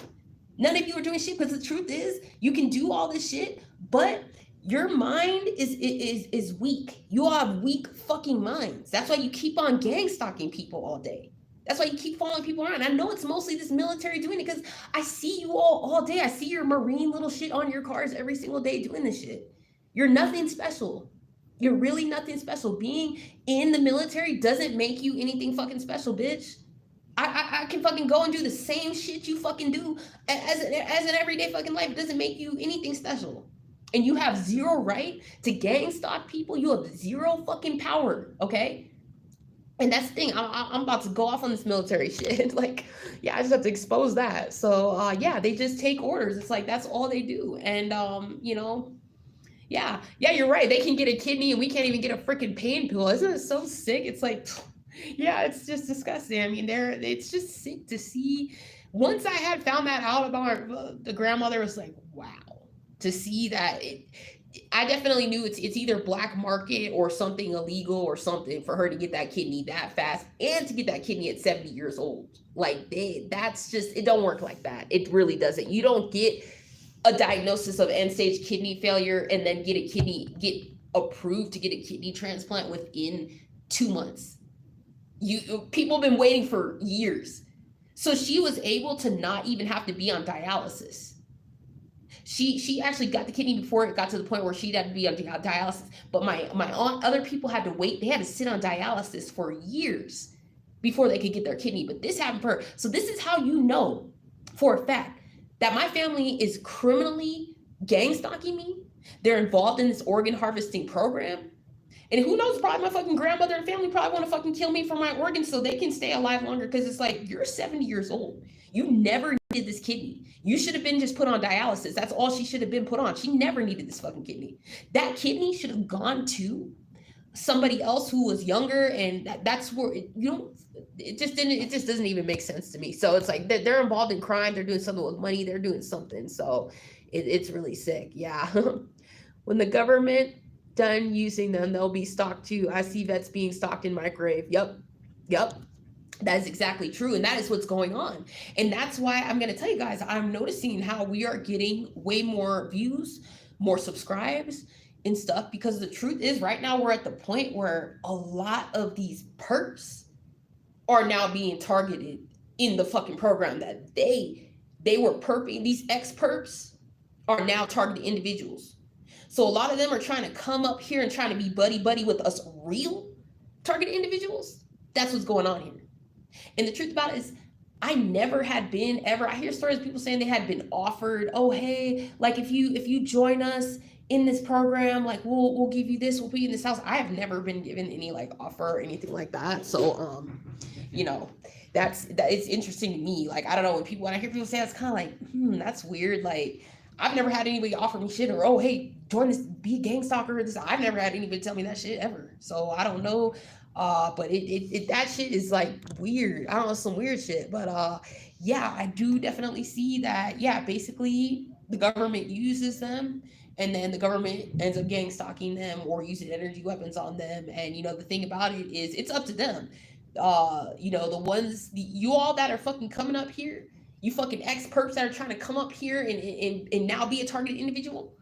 Yeah, you all can go ahead and go speak it out. If you all were doing this shit, why don't you if you think you want to come over here, why don't you repent and go ahead and tell the world, tell more people about this program and about everything that's going on. Don't try to come here looking for something. No, you need to open your fucking mouth and tell the fucking truth. If you are an expert now, coming in and now a targeted individual, and now you're now being tormented in this program. That's what they need to do, because this is fucked up, really fucked up. It's some fucked up shit, and they need to do it. But yeah, it's really sad that they use people in the military like that. It's terrible. It's really terrible. And but one thing I know is you're not gonna gang stalk me for you don't think you're gonna gang stalk me for the rest of my life, or that this is gonna go on forever, no, it ain't. It surely ain't. So y'all can keep dreaming. If you think you're gonna gang stalk me forever, oh no, that's not gonna happen. Never. Um, Says Google gang stalking jobs that come up on Indeed.com. Wow, that's so crazy. I mean, it's sick that they do. It's just so sick. It's so disgusting. It's just so gross.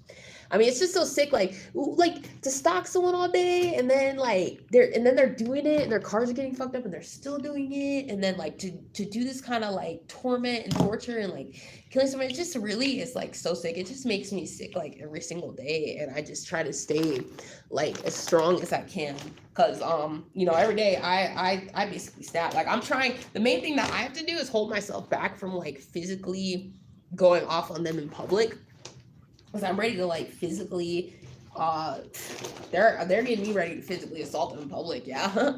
Yeah. So guys, I'm gonna go ahead and close this out. Some guy's kind of like standing outside this room, so I'm gonna go ahead and get ready to like close this out. I don't know if he's waiting to use the study room or something, but he keeps kind of like standing up. Yeah, so I'm gonna try to go ahead and do another live one day. I just have like one day off. So right now I was actually supposed to go to like figure out, thankfully I figured out my appointment for my freaking bleeding problem, because they're doing something for sure to fuck with my hormones and hitting me with these weapons. So I'm trying to figure that out, and then I got to figure out something for these headaches, like blood pressure or something. I got like this natural stuff, but yeah, it's like a herb tea from natural grocers. Not a tea, like a herbal supplement, but it's not even working at all. So yeah, so all right, I hope you guys all have a good night too, and it was so nice having this live with you guys and kind of explaining to you guys with this stuff. And I'll definitely try to talk more about my like memories of the Armageddon next time as well, and then also talk about these Havana syndrome symptoms that I'm experiencing, and I'm sure other people are experiencing, and try to get that all on the board and stuff. So all right, thank you guys all so much for watching, and I will talk to you guys all later. Have a good day.